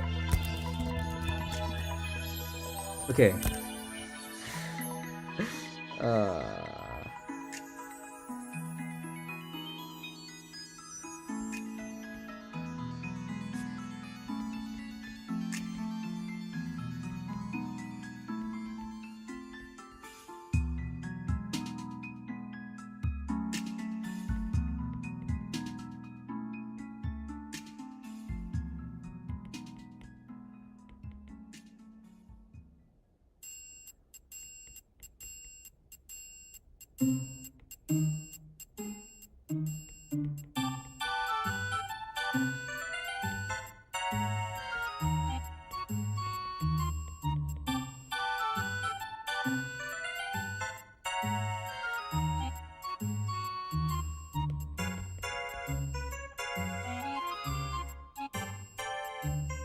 This is really cursed, bro.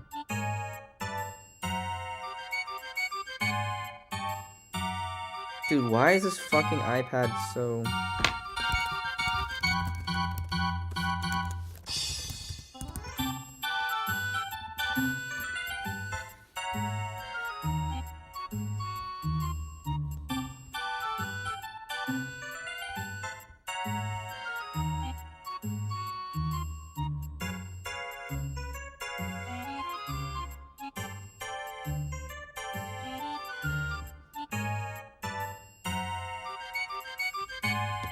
I'm gonna just take the screen protector off. Maybe I'll do this in the midterm break.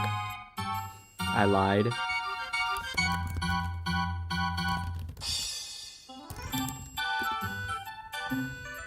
Let's just buy one.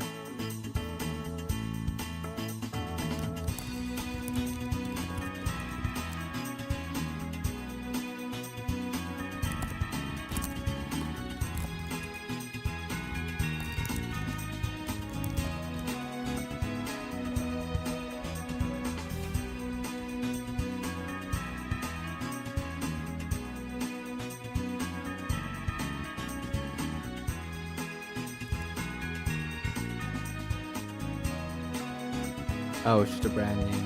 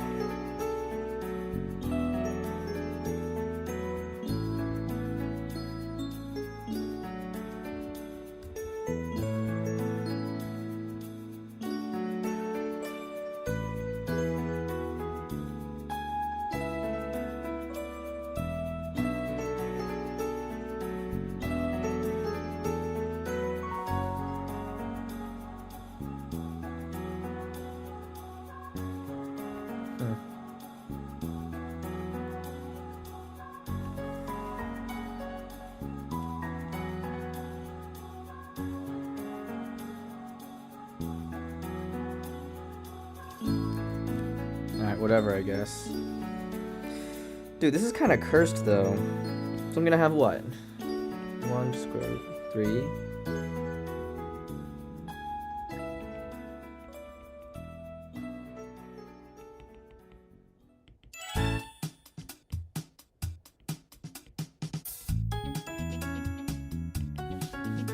So I'm gonna have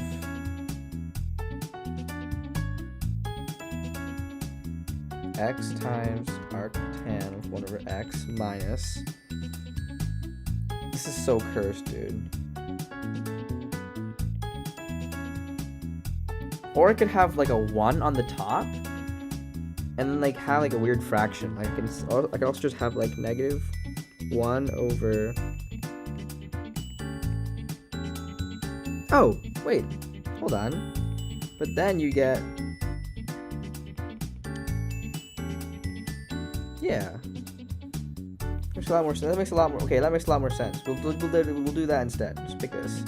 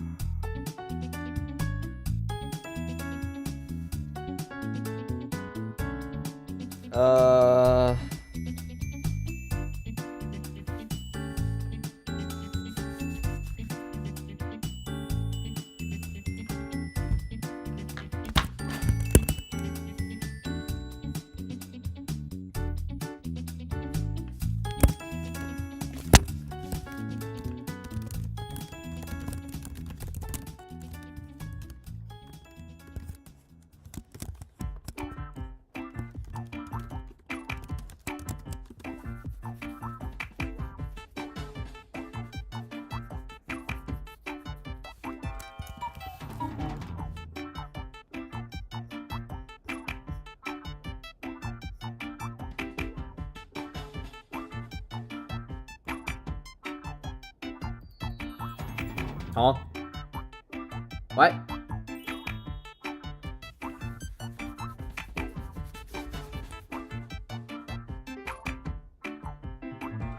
Oh, they already multiplied the 10. I haven't done that yet. I'm not gonna do that yet. I'll do that later.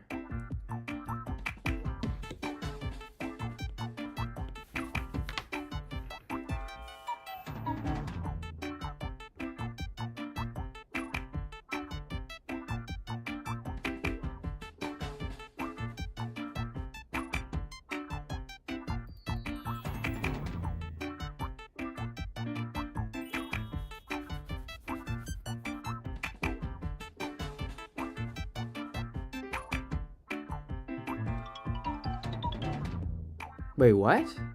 Oh, wait.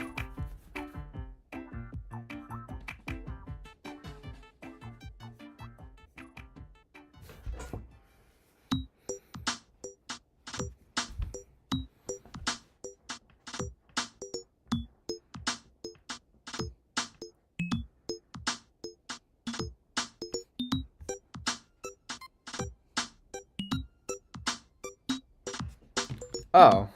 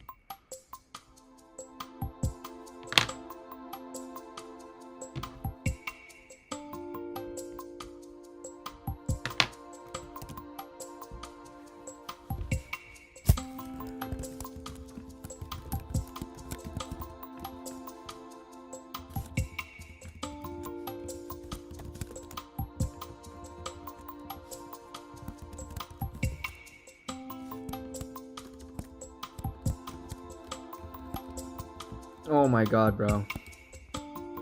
Oh my god, bro.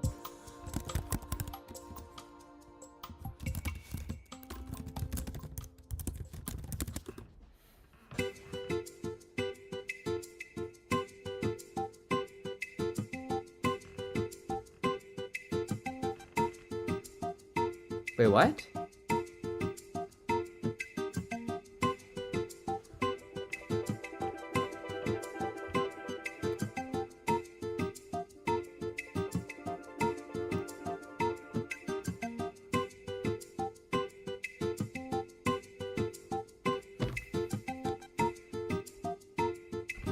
Right?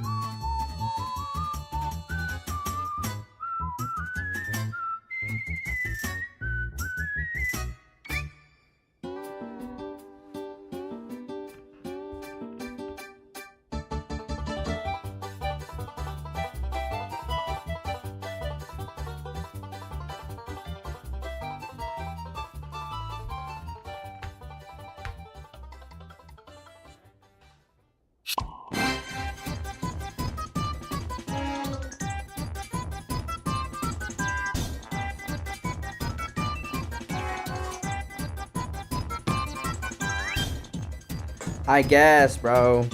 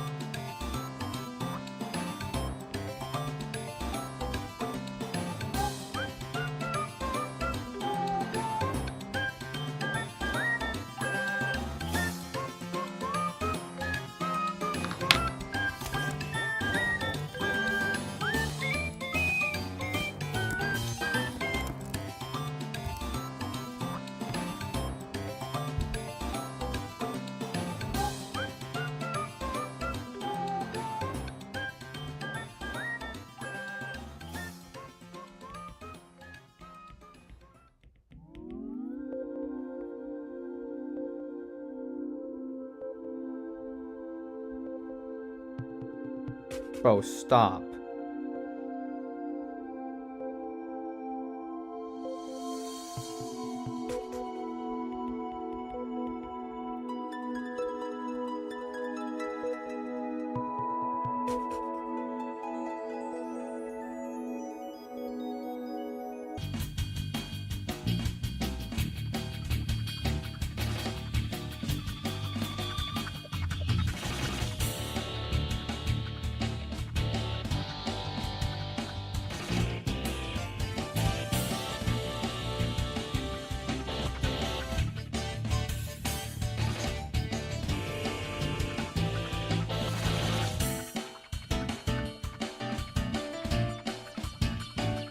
Oh.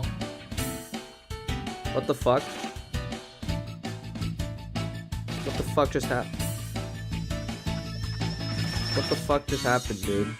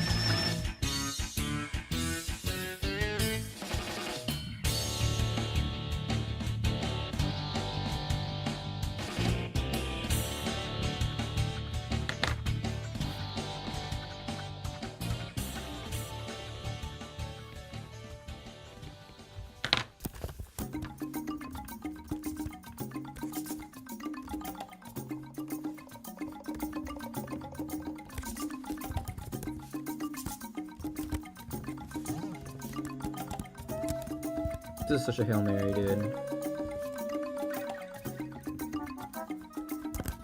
Look at my lawyer dog, bro. I'm fucked.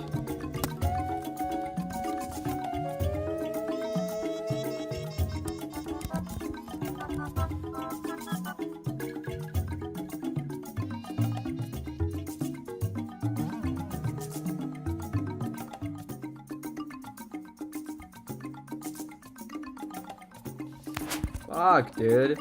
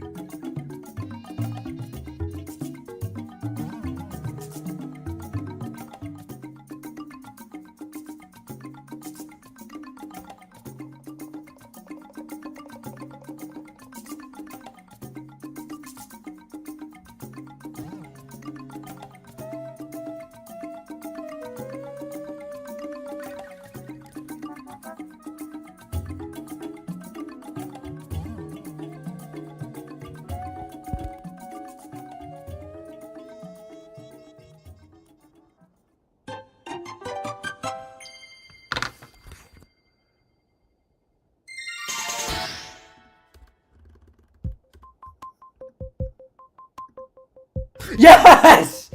Yes! Woo! Woo! Wait, let me look at my antiderivative let me look at my antiderivative right now. Oh my god, bro. There's no x term. I don't need a square root 3 here.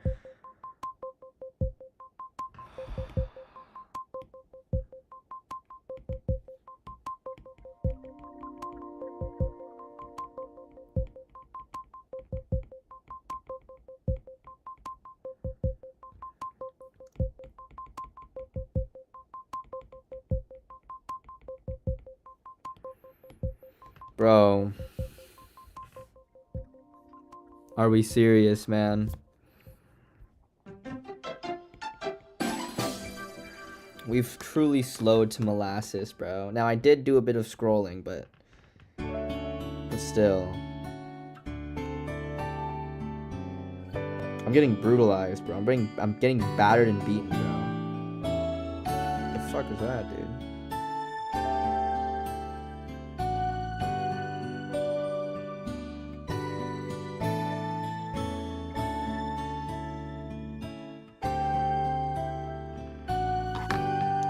I'm genuinely getting battered and beaten, bro. This is horrible.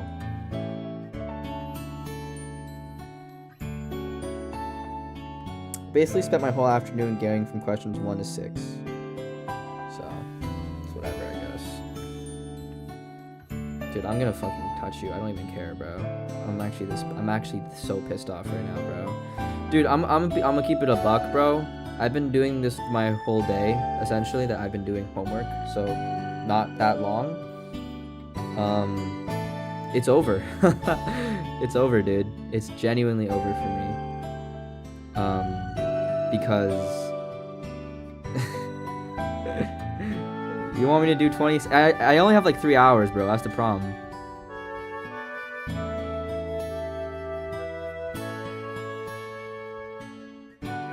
Like, we're gonna do one every 10 minutes, basically. Like, that's fucking happening.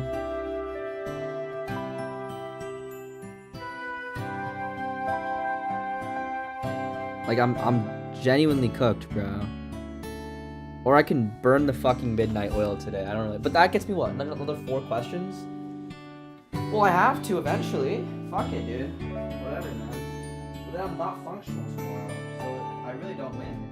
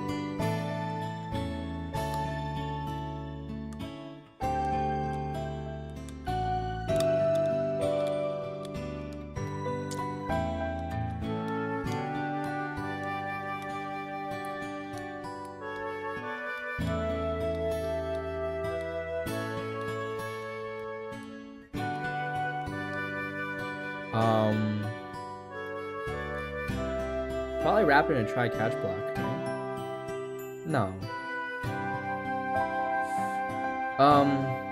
I think this guy, but anything above it also has to throw. Check this. Have it in the signature, right? Unless that's a try catch. I'm not sure though. I watched the video like a week ago.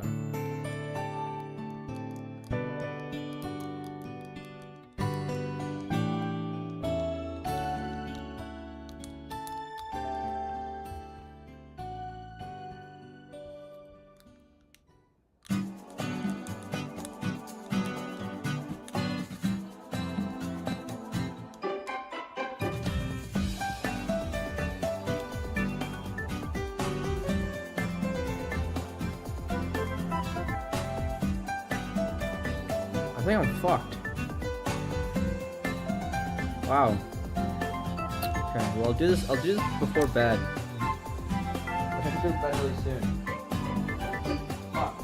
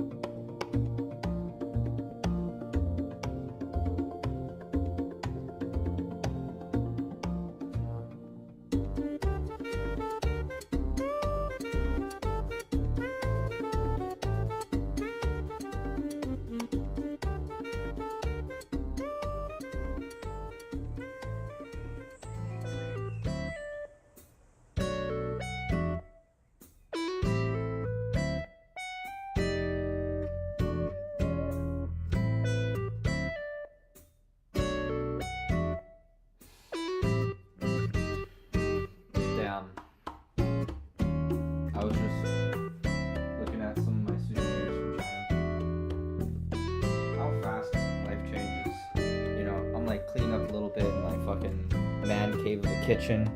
Like, oh, well, if he's gonna come down and eat some breakfast tomorrow, I should probably clean it up a little bit, right? Just how much life changes, dude. 2 years ago, my skin didn't fucking kill me yet. I was frolicking around, well, mostly doing nothing in China.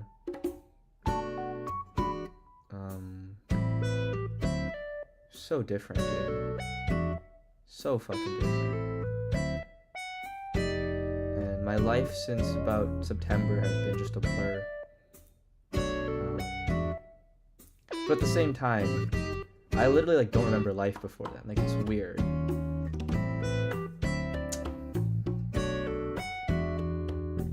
Like, I have glimpses, little flashes, but it was mostly just blank. Just stagnancy, I guess. Not much. Which is fine, I guess. I needed the rest. The time, really. But my god, dude.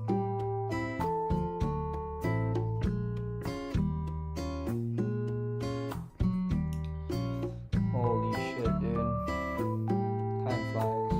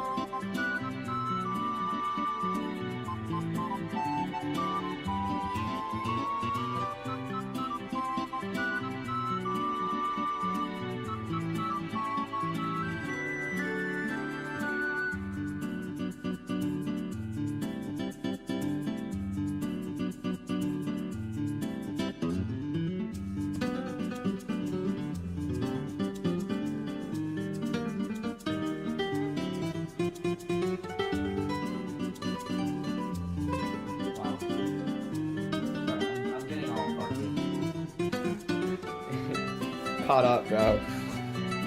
Caught up in looking back, which is fine, but we have a task to do.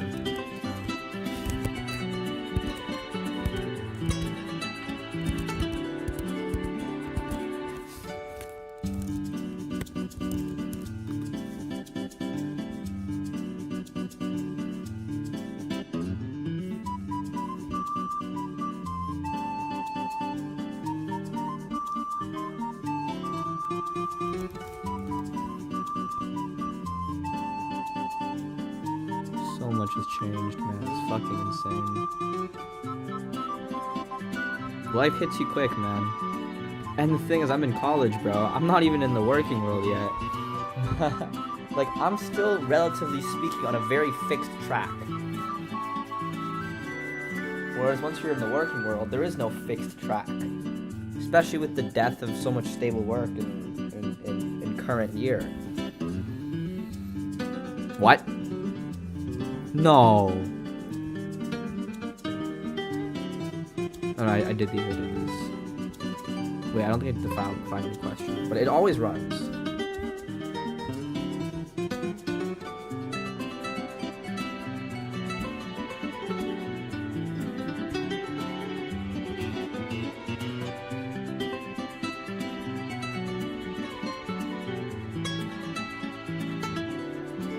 Not necessarily, no. Oh, never mind, it's not related. Yeah, I can help.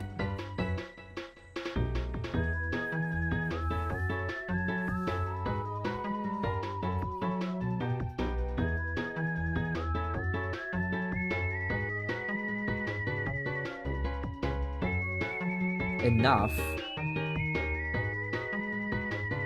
I guess.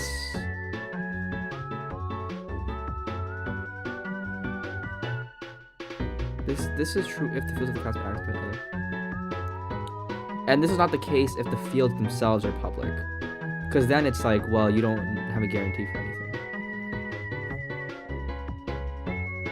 Because of this requires clause right here. It's saying that if the input is not a valid year or a valid month, then it's not really responsible for what happens. It could return null, it could crash, it could whatever. Like it doesn't, like, it's whatever. Well, you'd probably have some kind of error handling where it would check if it's a valid year, and if not, it would throw some kind of exception. And you could input any number, text, whatever. Or I guess no, I guess number, right? Because implicitly in the signature, it has to take in an integer type. Like you can't, the compiler's gonna be, or like the runtime's gonna be angry at, or whatever. The system's gonna be angry at you.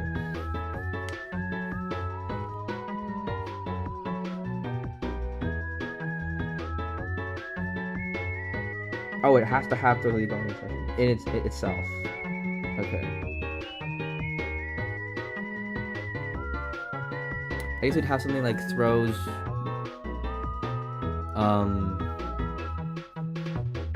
not greater than 0 exception or something, and then you'd have like there's no solution for this.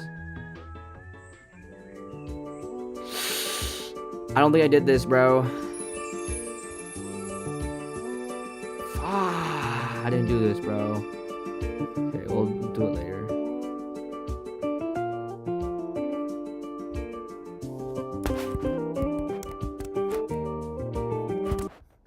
Different situations. So for instance, our animal. Okay. So exceptions are regular classes. Remember, we only just had, all we had is that it said something extends exception, right?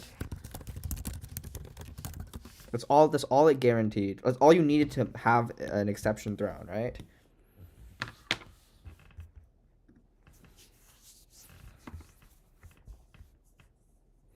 Yeah.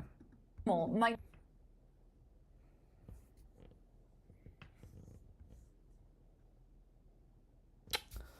What?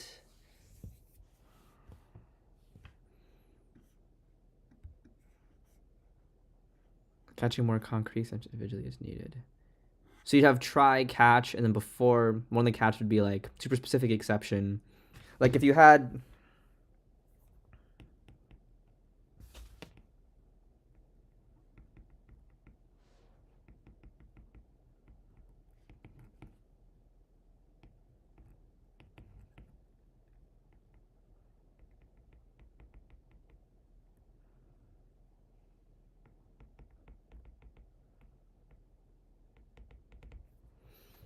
then you would have something like try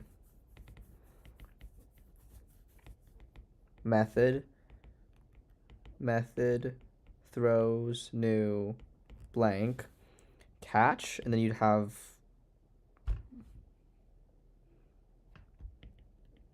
specific catch general. Maybe. I don't know. We'll see if that's correct or not.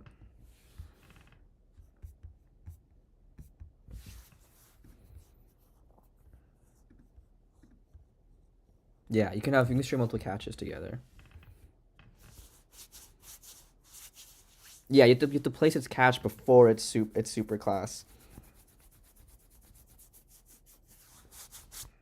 Okay, yeah. I think it's the way I intuitively think it is. So this is just G.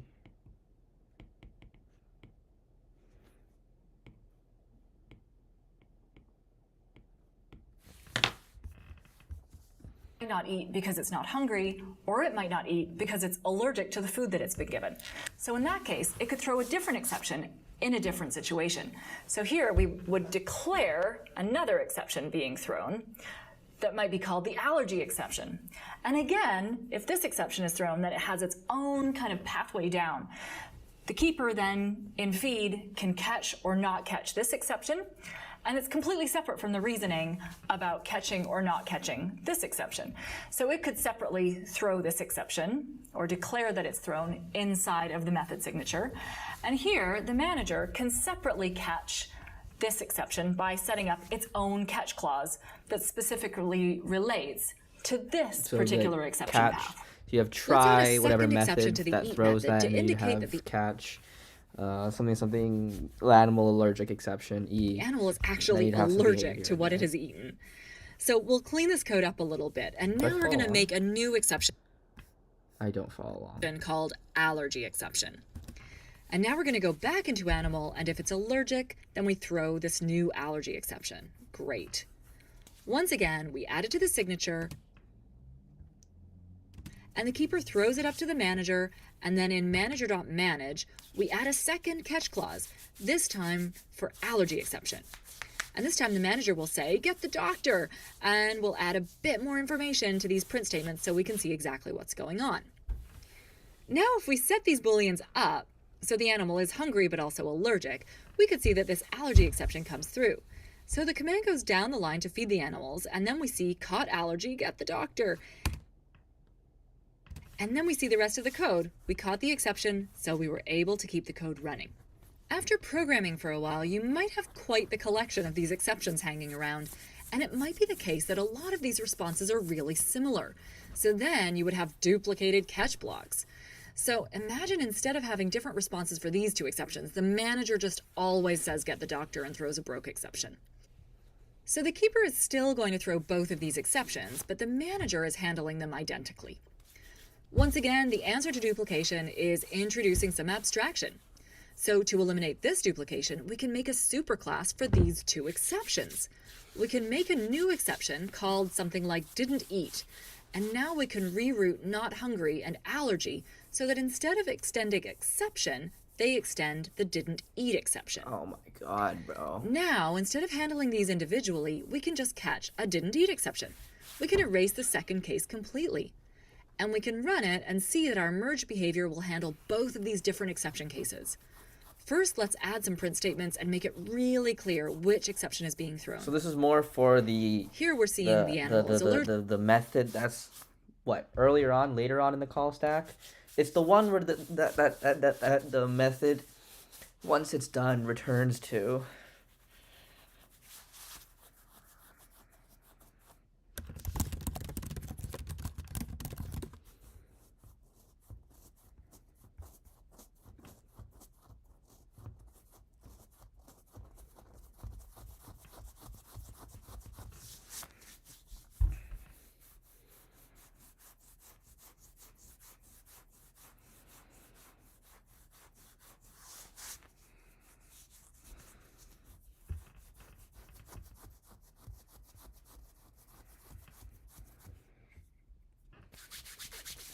Ah.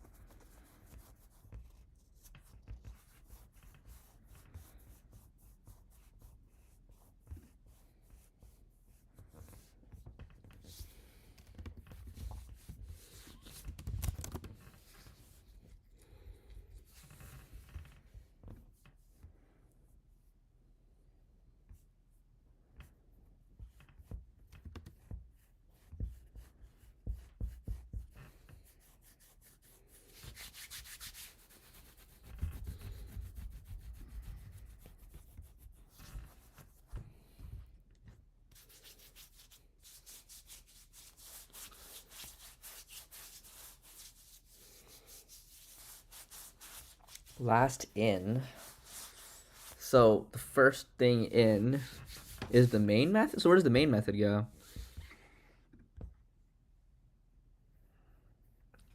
So the other places on top. So basically, so a lot of what this oh god, why you'd have this hierarchy is you'd have something that's above it in the call stack. I'm imagining this thing is growing upwards. when it's something above it in the call stack, when it throws it down, right? Which means that it's taking the alternative pathway for a method that was going to return some value to another method. A part of why you'd throw multiple different exceptions that are subtypes of a larger exception is that you can have that the call further down the call further down would then treat it differently. So in this case, the manager would have different behavior. Wait, what? Hold on. And the manager says, get the doctor. First, if we change is hungry to false, and we can leave is allergic to be true because it'll hit the not hungry exception first. So now if we run it, we see that the animal is not hungry. Get the doctor. Wait, what? Hold on, I'm going to rewatch this. So now the rest of the code, we caught the exception, so we'll say, get the doctor, and we'll add a bit more information to these print statements so we can see exactly what's going on. Now if we set these booleans up, so the animal is hungry but also allergic, we could see that this allergy exception comes through. So the command goes down the line to feed the animals, and then we see caught allergy, get the doctor. And then we see the rest of the code. We caught the exception, so we were able to keep the code running. After programming for a while, you might have quite the collection of these exceptions hanging around, and it might be the second case one that has a lot of these behavior, responses are or really it's similar. tripped. So Behavior, then you would in have this case. duplicated catch blocks. So imagine instead of having different responses for these two exceptions, the manager just always says get the doctor and throws a broke exception. So the keeper always says get the doc logs. So imagine instead of having different responses for these two exceptions, the manager just always says get the doctor and throws a broke exception. Oh, why? So the keeper is still going to throw both of these exceptions, but the manager is handling them identically. Once again, the answer to duplication is introducing some abstraction. So to eliminate this duplication, we can make a superclass for these two exceptions. Wait, I'm so confused. We can make Both a of new them have exception some called behavior, so something you don't know like which one's didn't running eat. then. And now we can reroute not hungry and allergy so that instead of extending exception, they extend the didn't eat exception. Now, instead of handling these individually, we can just catch a didn't eat exception. We can erase the second case completely. And we can run it and see that our merge behavior will handle both of these different exception cases. Oh, First, so it's let's not a add some print divergent thing, statements it's a and make it convergent really thing. clear which exception is being thrown. Here Because those we're are seeing the subtypes animal of- is allergic, and the manager says, get the doctor. And if we change is hungry to false, But then we trip and the we other can one, leave is and it's allergic still- to be true because it'll hit the not It's a hungry strange exception thing. So first. you actually, So it's now more if so we that run the it, call we further see that the down can animal have is not convergent hungry. behavior. Get the doctor. Because if you want divergent, then you shouldn't have had it merged in the first place. Like you just throw it down directly. It's not even divergent, bro. It's just sticking to where it was.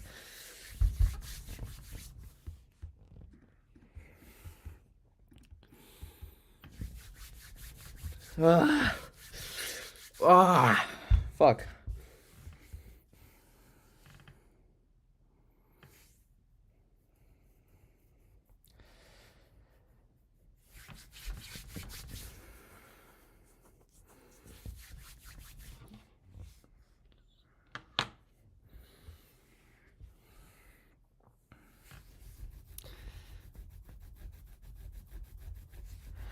Oh my god, bro, are we serious? Okay, so try, analyze weather, and then we catch.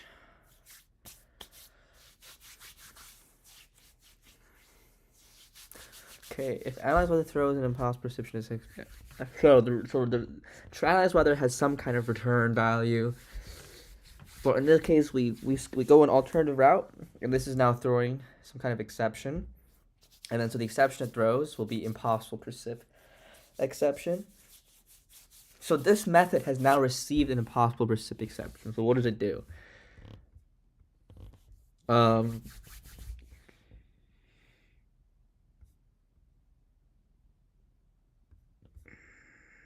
Is it this?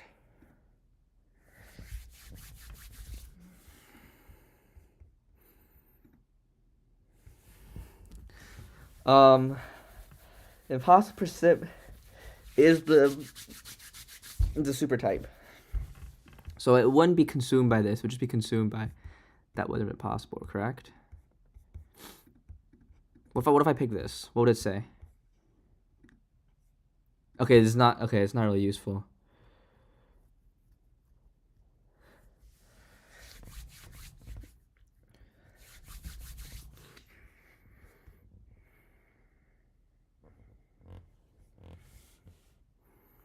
Probably that impossible temp exception would not be possible for that to get caught because the super type one would just take in any of the subtype ones, and we see in the up here that relation.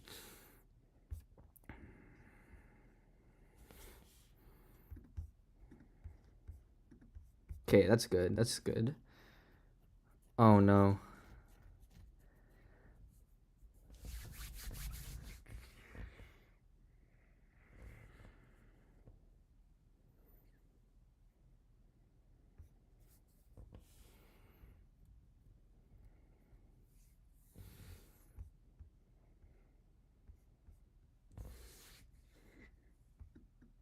When we introduced exceptions at the beginning of this topic, you noticed that when you threw an exception, the compiler would complain and say that in the calling method you had not handled that exception. And then you had to make a decision about, are you going to catch the exception, or are you going to throw it on, or do whatever.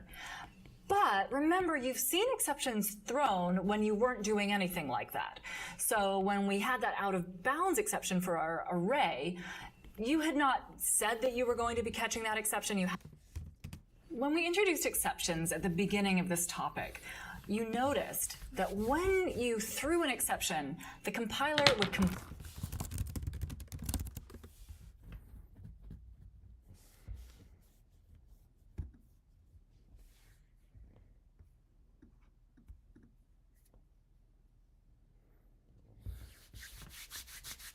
Okay, that's fair enough. I've never seen this in my life, so this is also my first time getting this far in this course, so that's also a factor too.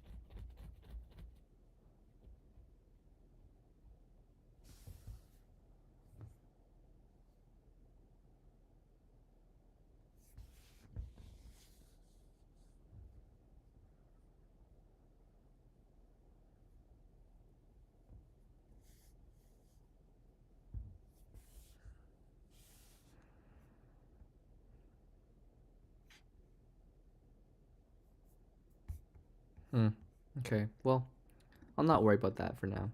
Plain and say that in the calling method you had not handled that exception, and then you had to make a decision about, are you going to catch the exception, or are you going to throw it on, or do whatever. But remember, you've seen exceptions thrown when you weren't doing anything like that.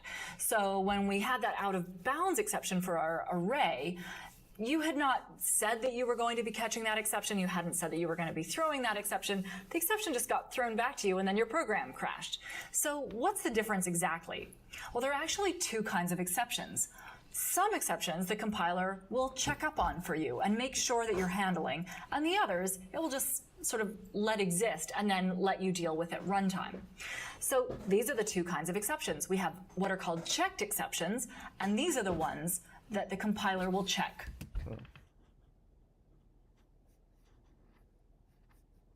For you, we'll say, hey, you have to let you deal with at runtime. So these are the two kinds of exceptions. We have what are called checked exceptions, and these are the ones that the compiler will check for you. We'll say, hey, you have to deal with this somewhere down the call chain. And then there are unchecked exceptions, like the array out of bounds exception, which are all subtypes of the runtime exception. And a runtime exception, the compiler will not chase you down as you're editing your code and remind you to catch. Let's make a runtime exception called messy error, and we'll throw it from inside the keeper whenever the keeper notices that the animal has a messy stall. The keeper has high standards and is always going to complain that the stall is messy. So notice that this time IntelliJ actually isn't to complain has a messy stall. Throw it from inside the keeper whenever the keeper notices that the animal has a messy stall. The keeper has high standards and is always going to complain. And the reason why feed throws not hungry and allergy exception is because the methods inside will throw those. The And stall so this is one messy. has to, because it's not So try-catching notice it. that this time IntelliJ actually isn't complaining that we're not catching this exception, because this is an unchecked exception. So if we run our code, we're not seeing the messy error. Why? Oh, right, we're never getting to that part of the code because we're not throwing a not hungry exception. So let's just change these booleans so no didn't eat exceptions are thrown. And now if we run it, we see these stack traces because we haven't caught our messy error. But notice we still see these two printouts at the end from these finally clauses because they execute no matter what. And if we had another line of code after the finally that printed out and everything goes on as normal, we will not see that printout because the messy error has killed the program. So if we want to keep our program from dying, we could catch the messy error maybe right after we catch the broke exception. And we can run it one last time and see that the messy exception was thrown. It says, keeper, you're fired, because the manager is tired of hearing from the keeper. But then our program recovers, and we see at the very end, everything goes on as normal.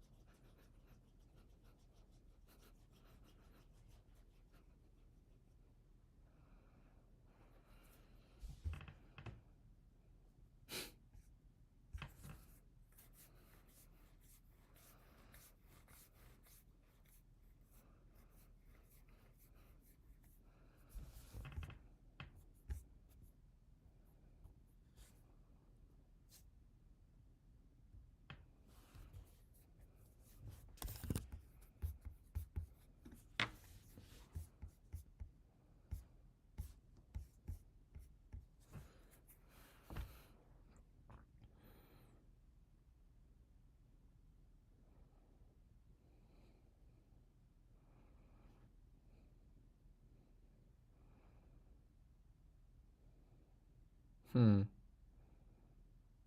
so analyze weather. Exception. So we try.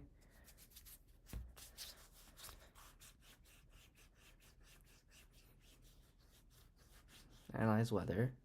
Right, so we try, put in method that throws the error, and then right after we have catch impossible exception. Now impossible exception is, what is impossible exception? Oh, it's from earlier, right? It's a supertype that contains temp and precip exception.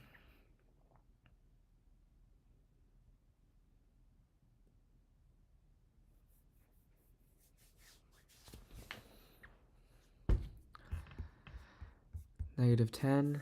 -10 is valid in here, but it does have I hate cold. What happens in that case, though? Well, we don't have any. Doesn't do this. It just has I hate the cold, right? No.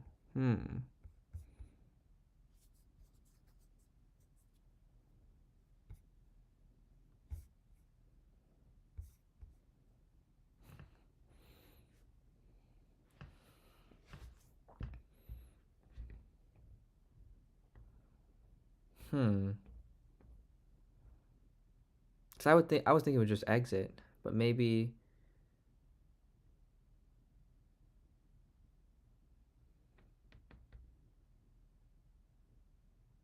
Oh, maybe it'd be what's the weather? Yeah. Okay, yeah. I just didn't read the execution flow. Like I just read the top part. Yeah. And then so check that. So it goes top down, and then it goes, uh-oh, panic, and then yeah.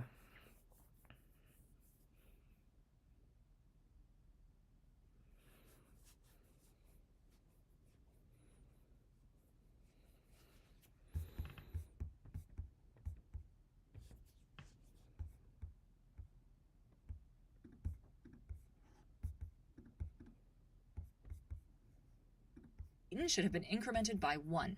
So now we can run. The second line of defense for making your code more robust is to use assertions to make sure that your code is running in the correct states. So JUnit lets you test your code from the outside. That's sometimes called black box testing or unit testing. But it doesn't let you look at the private members of your classes to figure out if they are exactly how they should be during the execution of your code. So what assertions let you do is put assertions directly into the running of your code so that it can see all that private data, and so that it can check that the state and class invariants are being maintained. And you would put these potentially at the beginning and end of any critical or private methods where you want to make sure that you are running correctly. Now that might seem awfully slow. It might seem like, wow, you're putting in a lot of sort of little checks to make sure that things are going okay, and isn't that going to bring your program to a halt? Well, the great thing is that these are only used during testing. So you can turn them off for production. That means that the lines of code can sit there, but they will not run at all when performance is critical. Here's a great place to use assertions. We can see that we could check for the correct state of the animal after it is eaten. So even if we're running it from main and not from the tests, or even if we're running it from the tests, we can check the private invariant of our code. So what we should be able to do right here is we can assert that the animal is no longer hungry, and eaten is greater than what it was before. Now we'll have to add a little variable that keeps track of what the original value of eaten was, but that's kind of within the realm of reasonable. It's not a huge extra piece of code. We can just add a variable called initial eaten up here. So once all this code runs, eaten and initial eaten should have different values. Eaten should have been incremented by 1. So now we can run this code, and we want to go into main and make sure that the animal is hungry and not allergic. And now if we run our code, we can see that everything goes on as normal, which is great. However, if within the course of editing, you actually throw an exception in the wrong place, or delete something that increments eaten, or make some other typo, then if you run this code again, you'll get the assertion error. Note that you need to have assertions turned on in your IntelliJ configurations. If you aren't getting an error when you try this, then you should go into the Run Debug configurations and write -EA under VM options. Great. So this assertion error has told us that we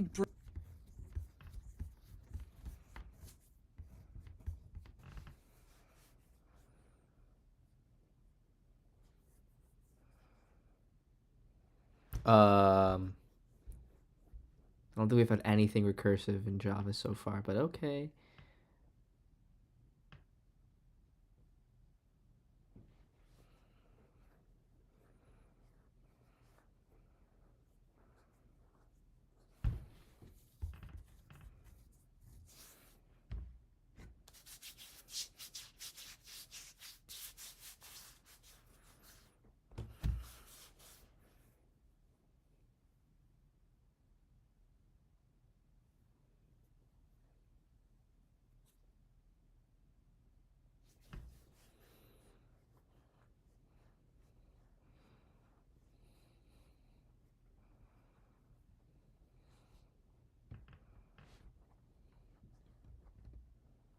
You have a cake object, piece is 1, piece size equals 1. So pieces equals oh, this is all living within the cake class, yeah. Pieces is equal to, so this is going to be modifying the field. So it stays piece times 2.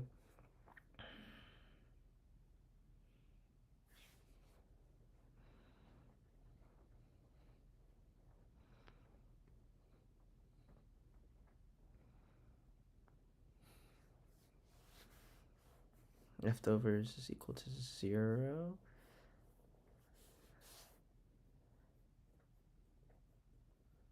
Pieces is equal to P9 people. Leftovers else return serve cake people. Okay.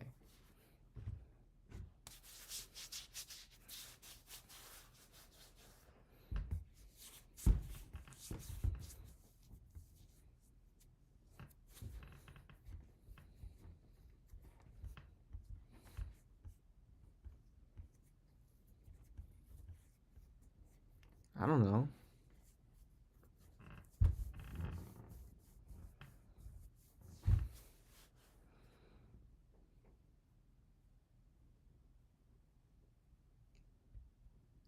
I don't know about any of these. Well, wait, pieces will never be greater than 1. Oh, wait, sorry.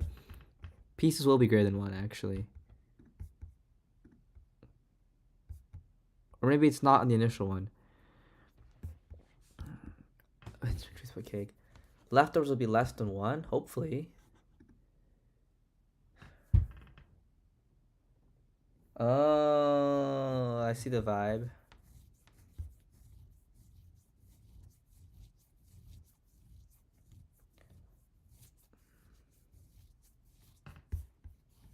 Maybe here? Pieces. How about after we modify leftovers?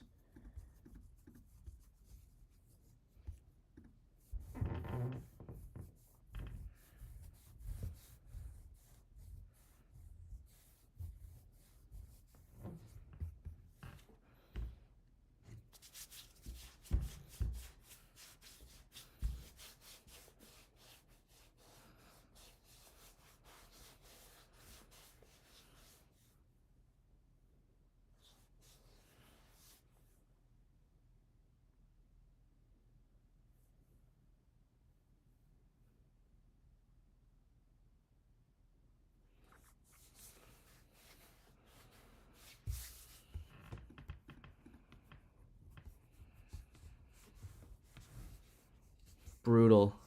I didn't finish it. Oops.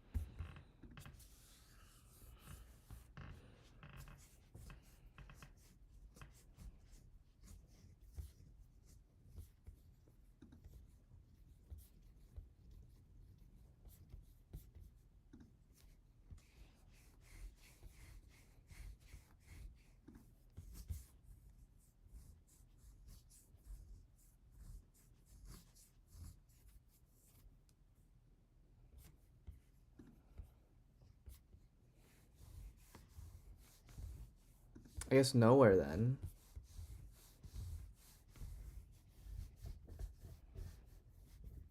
I mean, I don't know. Surely you want to make sure it's equal to.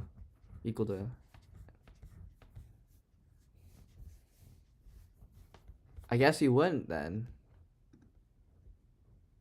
Or maybe it's both. You could do both. I don't know. Like, I don't see why not.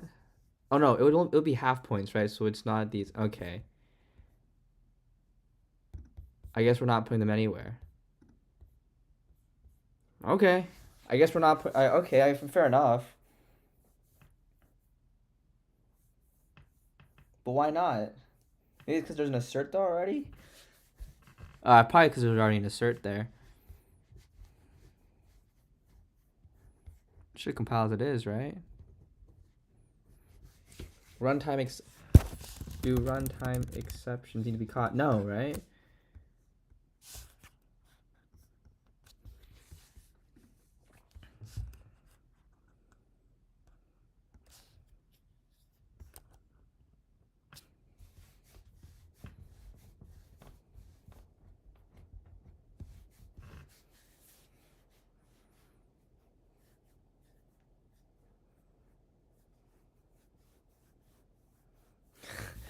Not JavaScript, not Minecraft. To be fair, when I think of Java, all I think about is Minecraft, so.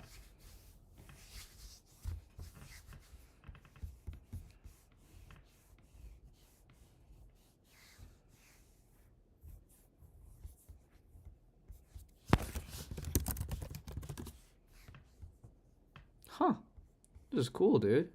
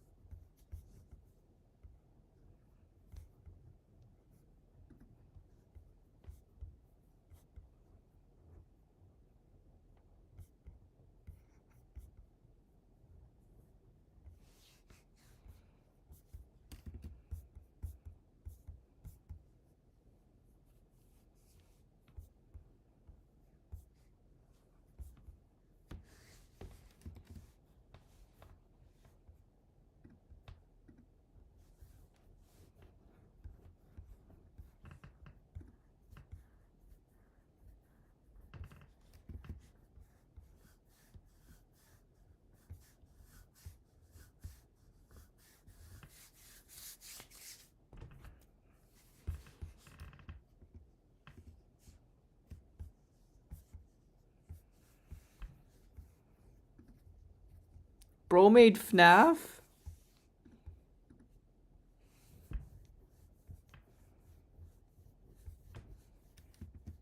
Bro made FNAF?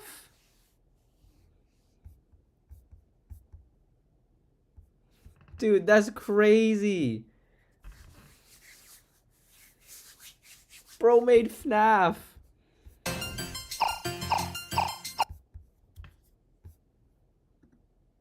Dude, that's just so fucking fire, bro.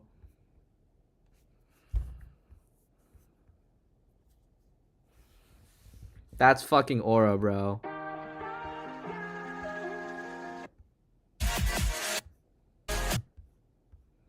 Hell yeah, bro.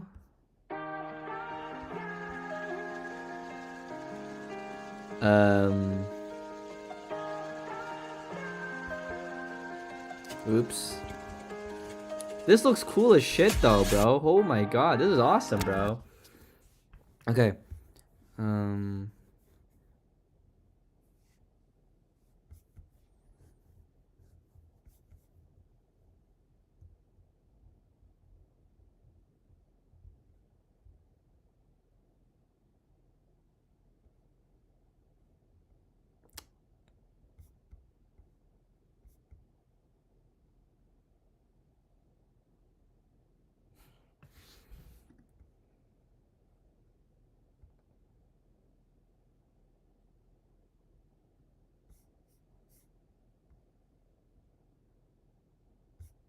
So what happens in here? If that means we'd have to wrap in here, right? Derivative exception. So in here, come to a stop.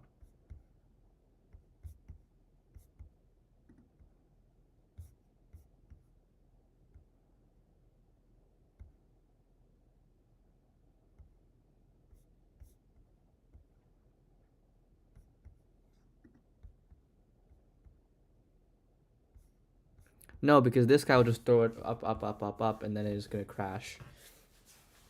So wrap the for loop in a try. I guess all these involve wrapping the for loop in a try catch block, which I was not expecting. So you'd have what? Try for blah blah blah blah blah, and then after you have catch.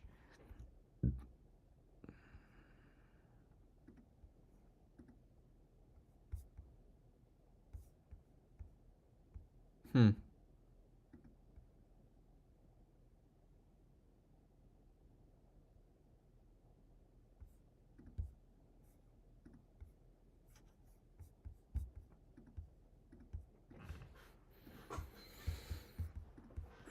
When we introduced exception, let's make a runtime. Let's just change these booleans so no didn't eat exceptions are thrown.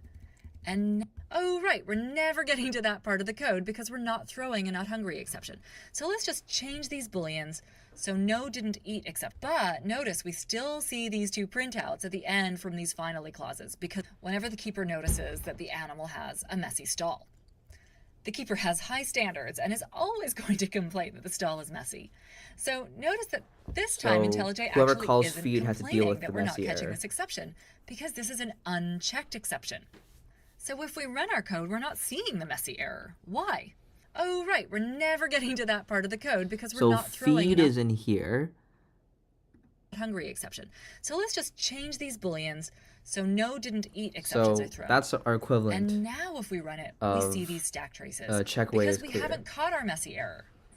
But notice we still see these two printouts at the end from these finally clauses because they execute no matter what. And if we had another line of code after the we could one last time and see that the messy exception was thrown. It says, keeper, you're fired because the manager is tired Okay, of so then the hearing catch from the keeper. is over here. It's chilling. But then our program recovers and we see at the very end, everything goes on as normal. Okay, so One it would last be time, within the catch block. When they say wrap the for loop in a try catch, it sounds like it's afterwards. But all of these are saying wrap the for loop. And you don't want this to do nothing. In the catch block. Well, it's in the catch block, is it not?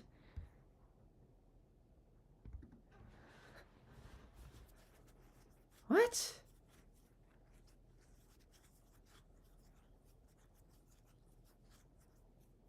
I don't think you want to do that. Fuck it, I'm just gonna put this shit. Like, what do you mean, bro?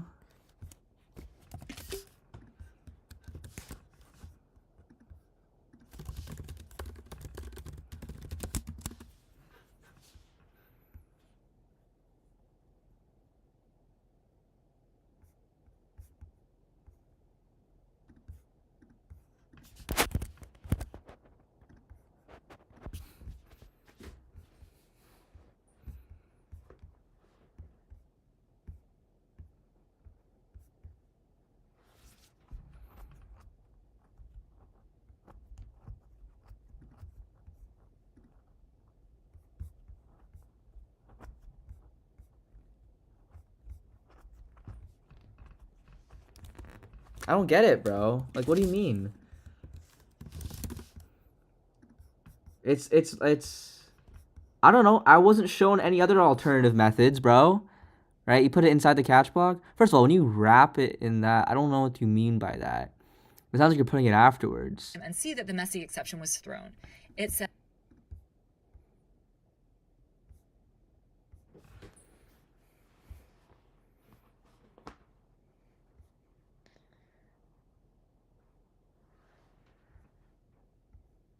Dude, what? Okay, well, it's probably not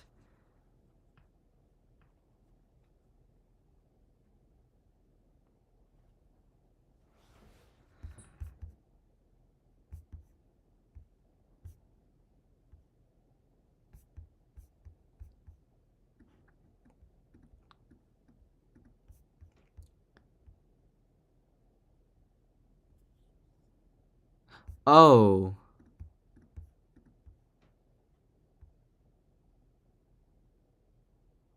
Wait, it might actually be A. Wait, hold on. Because this still runs, doesn't it? Or does it immediately exit? Oh, shit.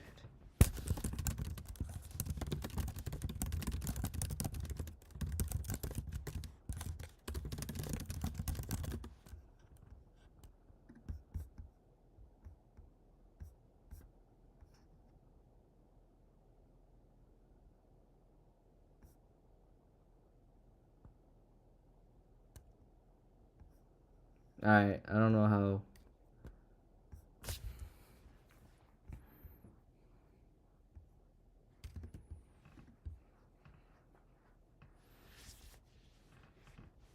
So it wouldn't be A. A is not the case. Because it's not gonna it propagates back to here, but it's just gonna fucking give up.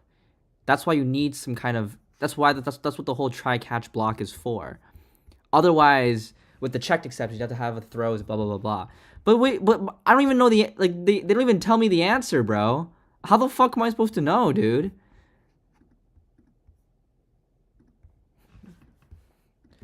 If it's not just E, then what the fuck is it, bro?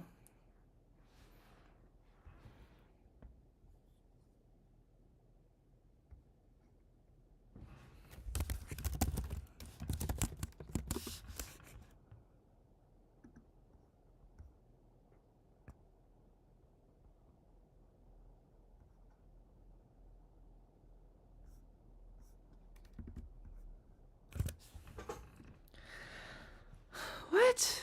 Bro, what do you mean?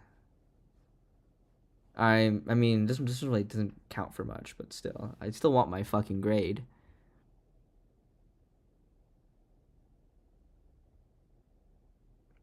Well, you wouldn't want to do that, but whatever, I guess.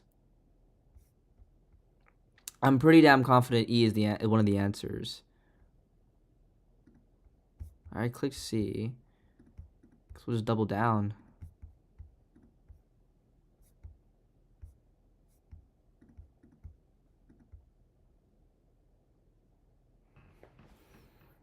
Okay, well if we just exit, it won't do anything.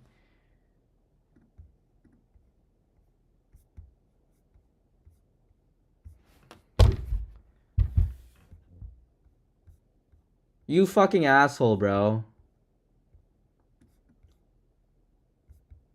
You fucking asshole, bro.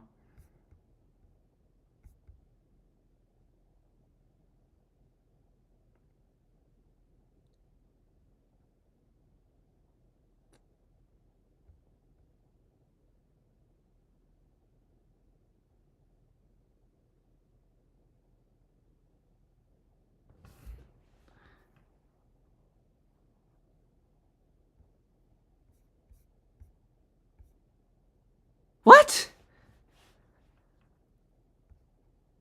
This is placing it in the catch block. This is what it... Placing it after the catch block means placing it in here, bro. Alright, fuck this shit, bro. Come on, bro. Look at my streak, bro. Fuck, bro.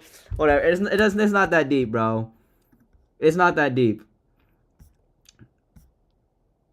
That is not that deep, bro. Come on, bro. What? If that's...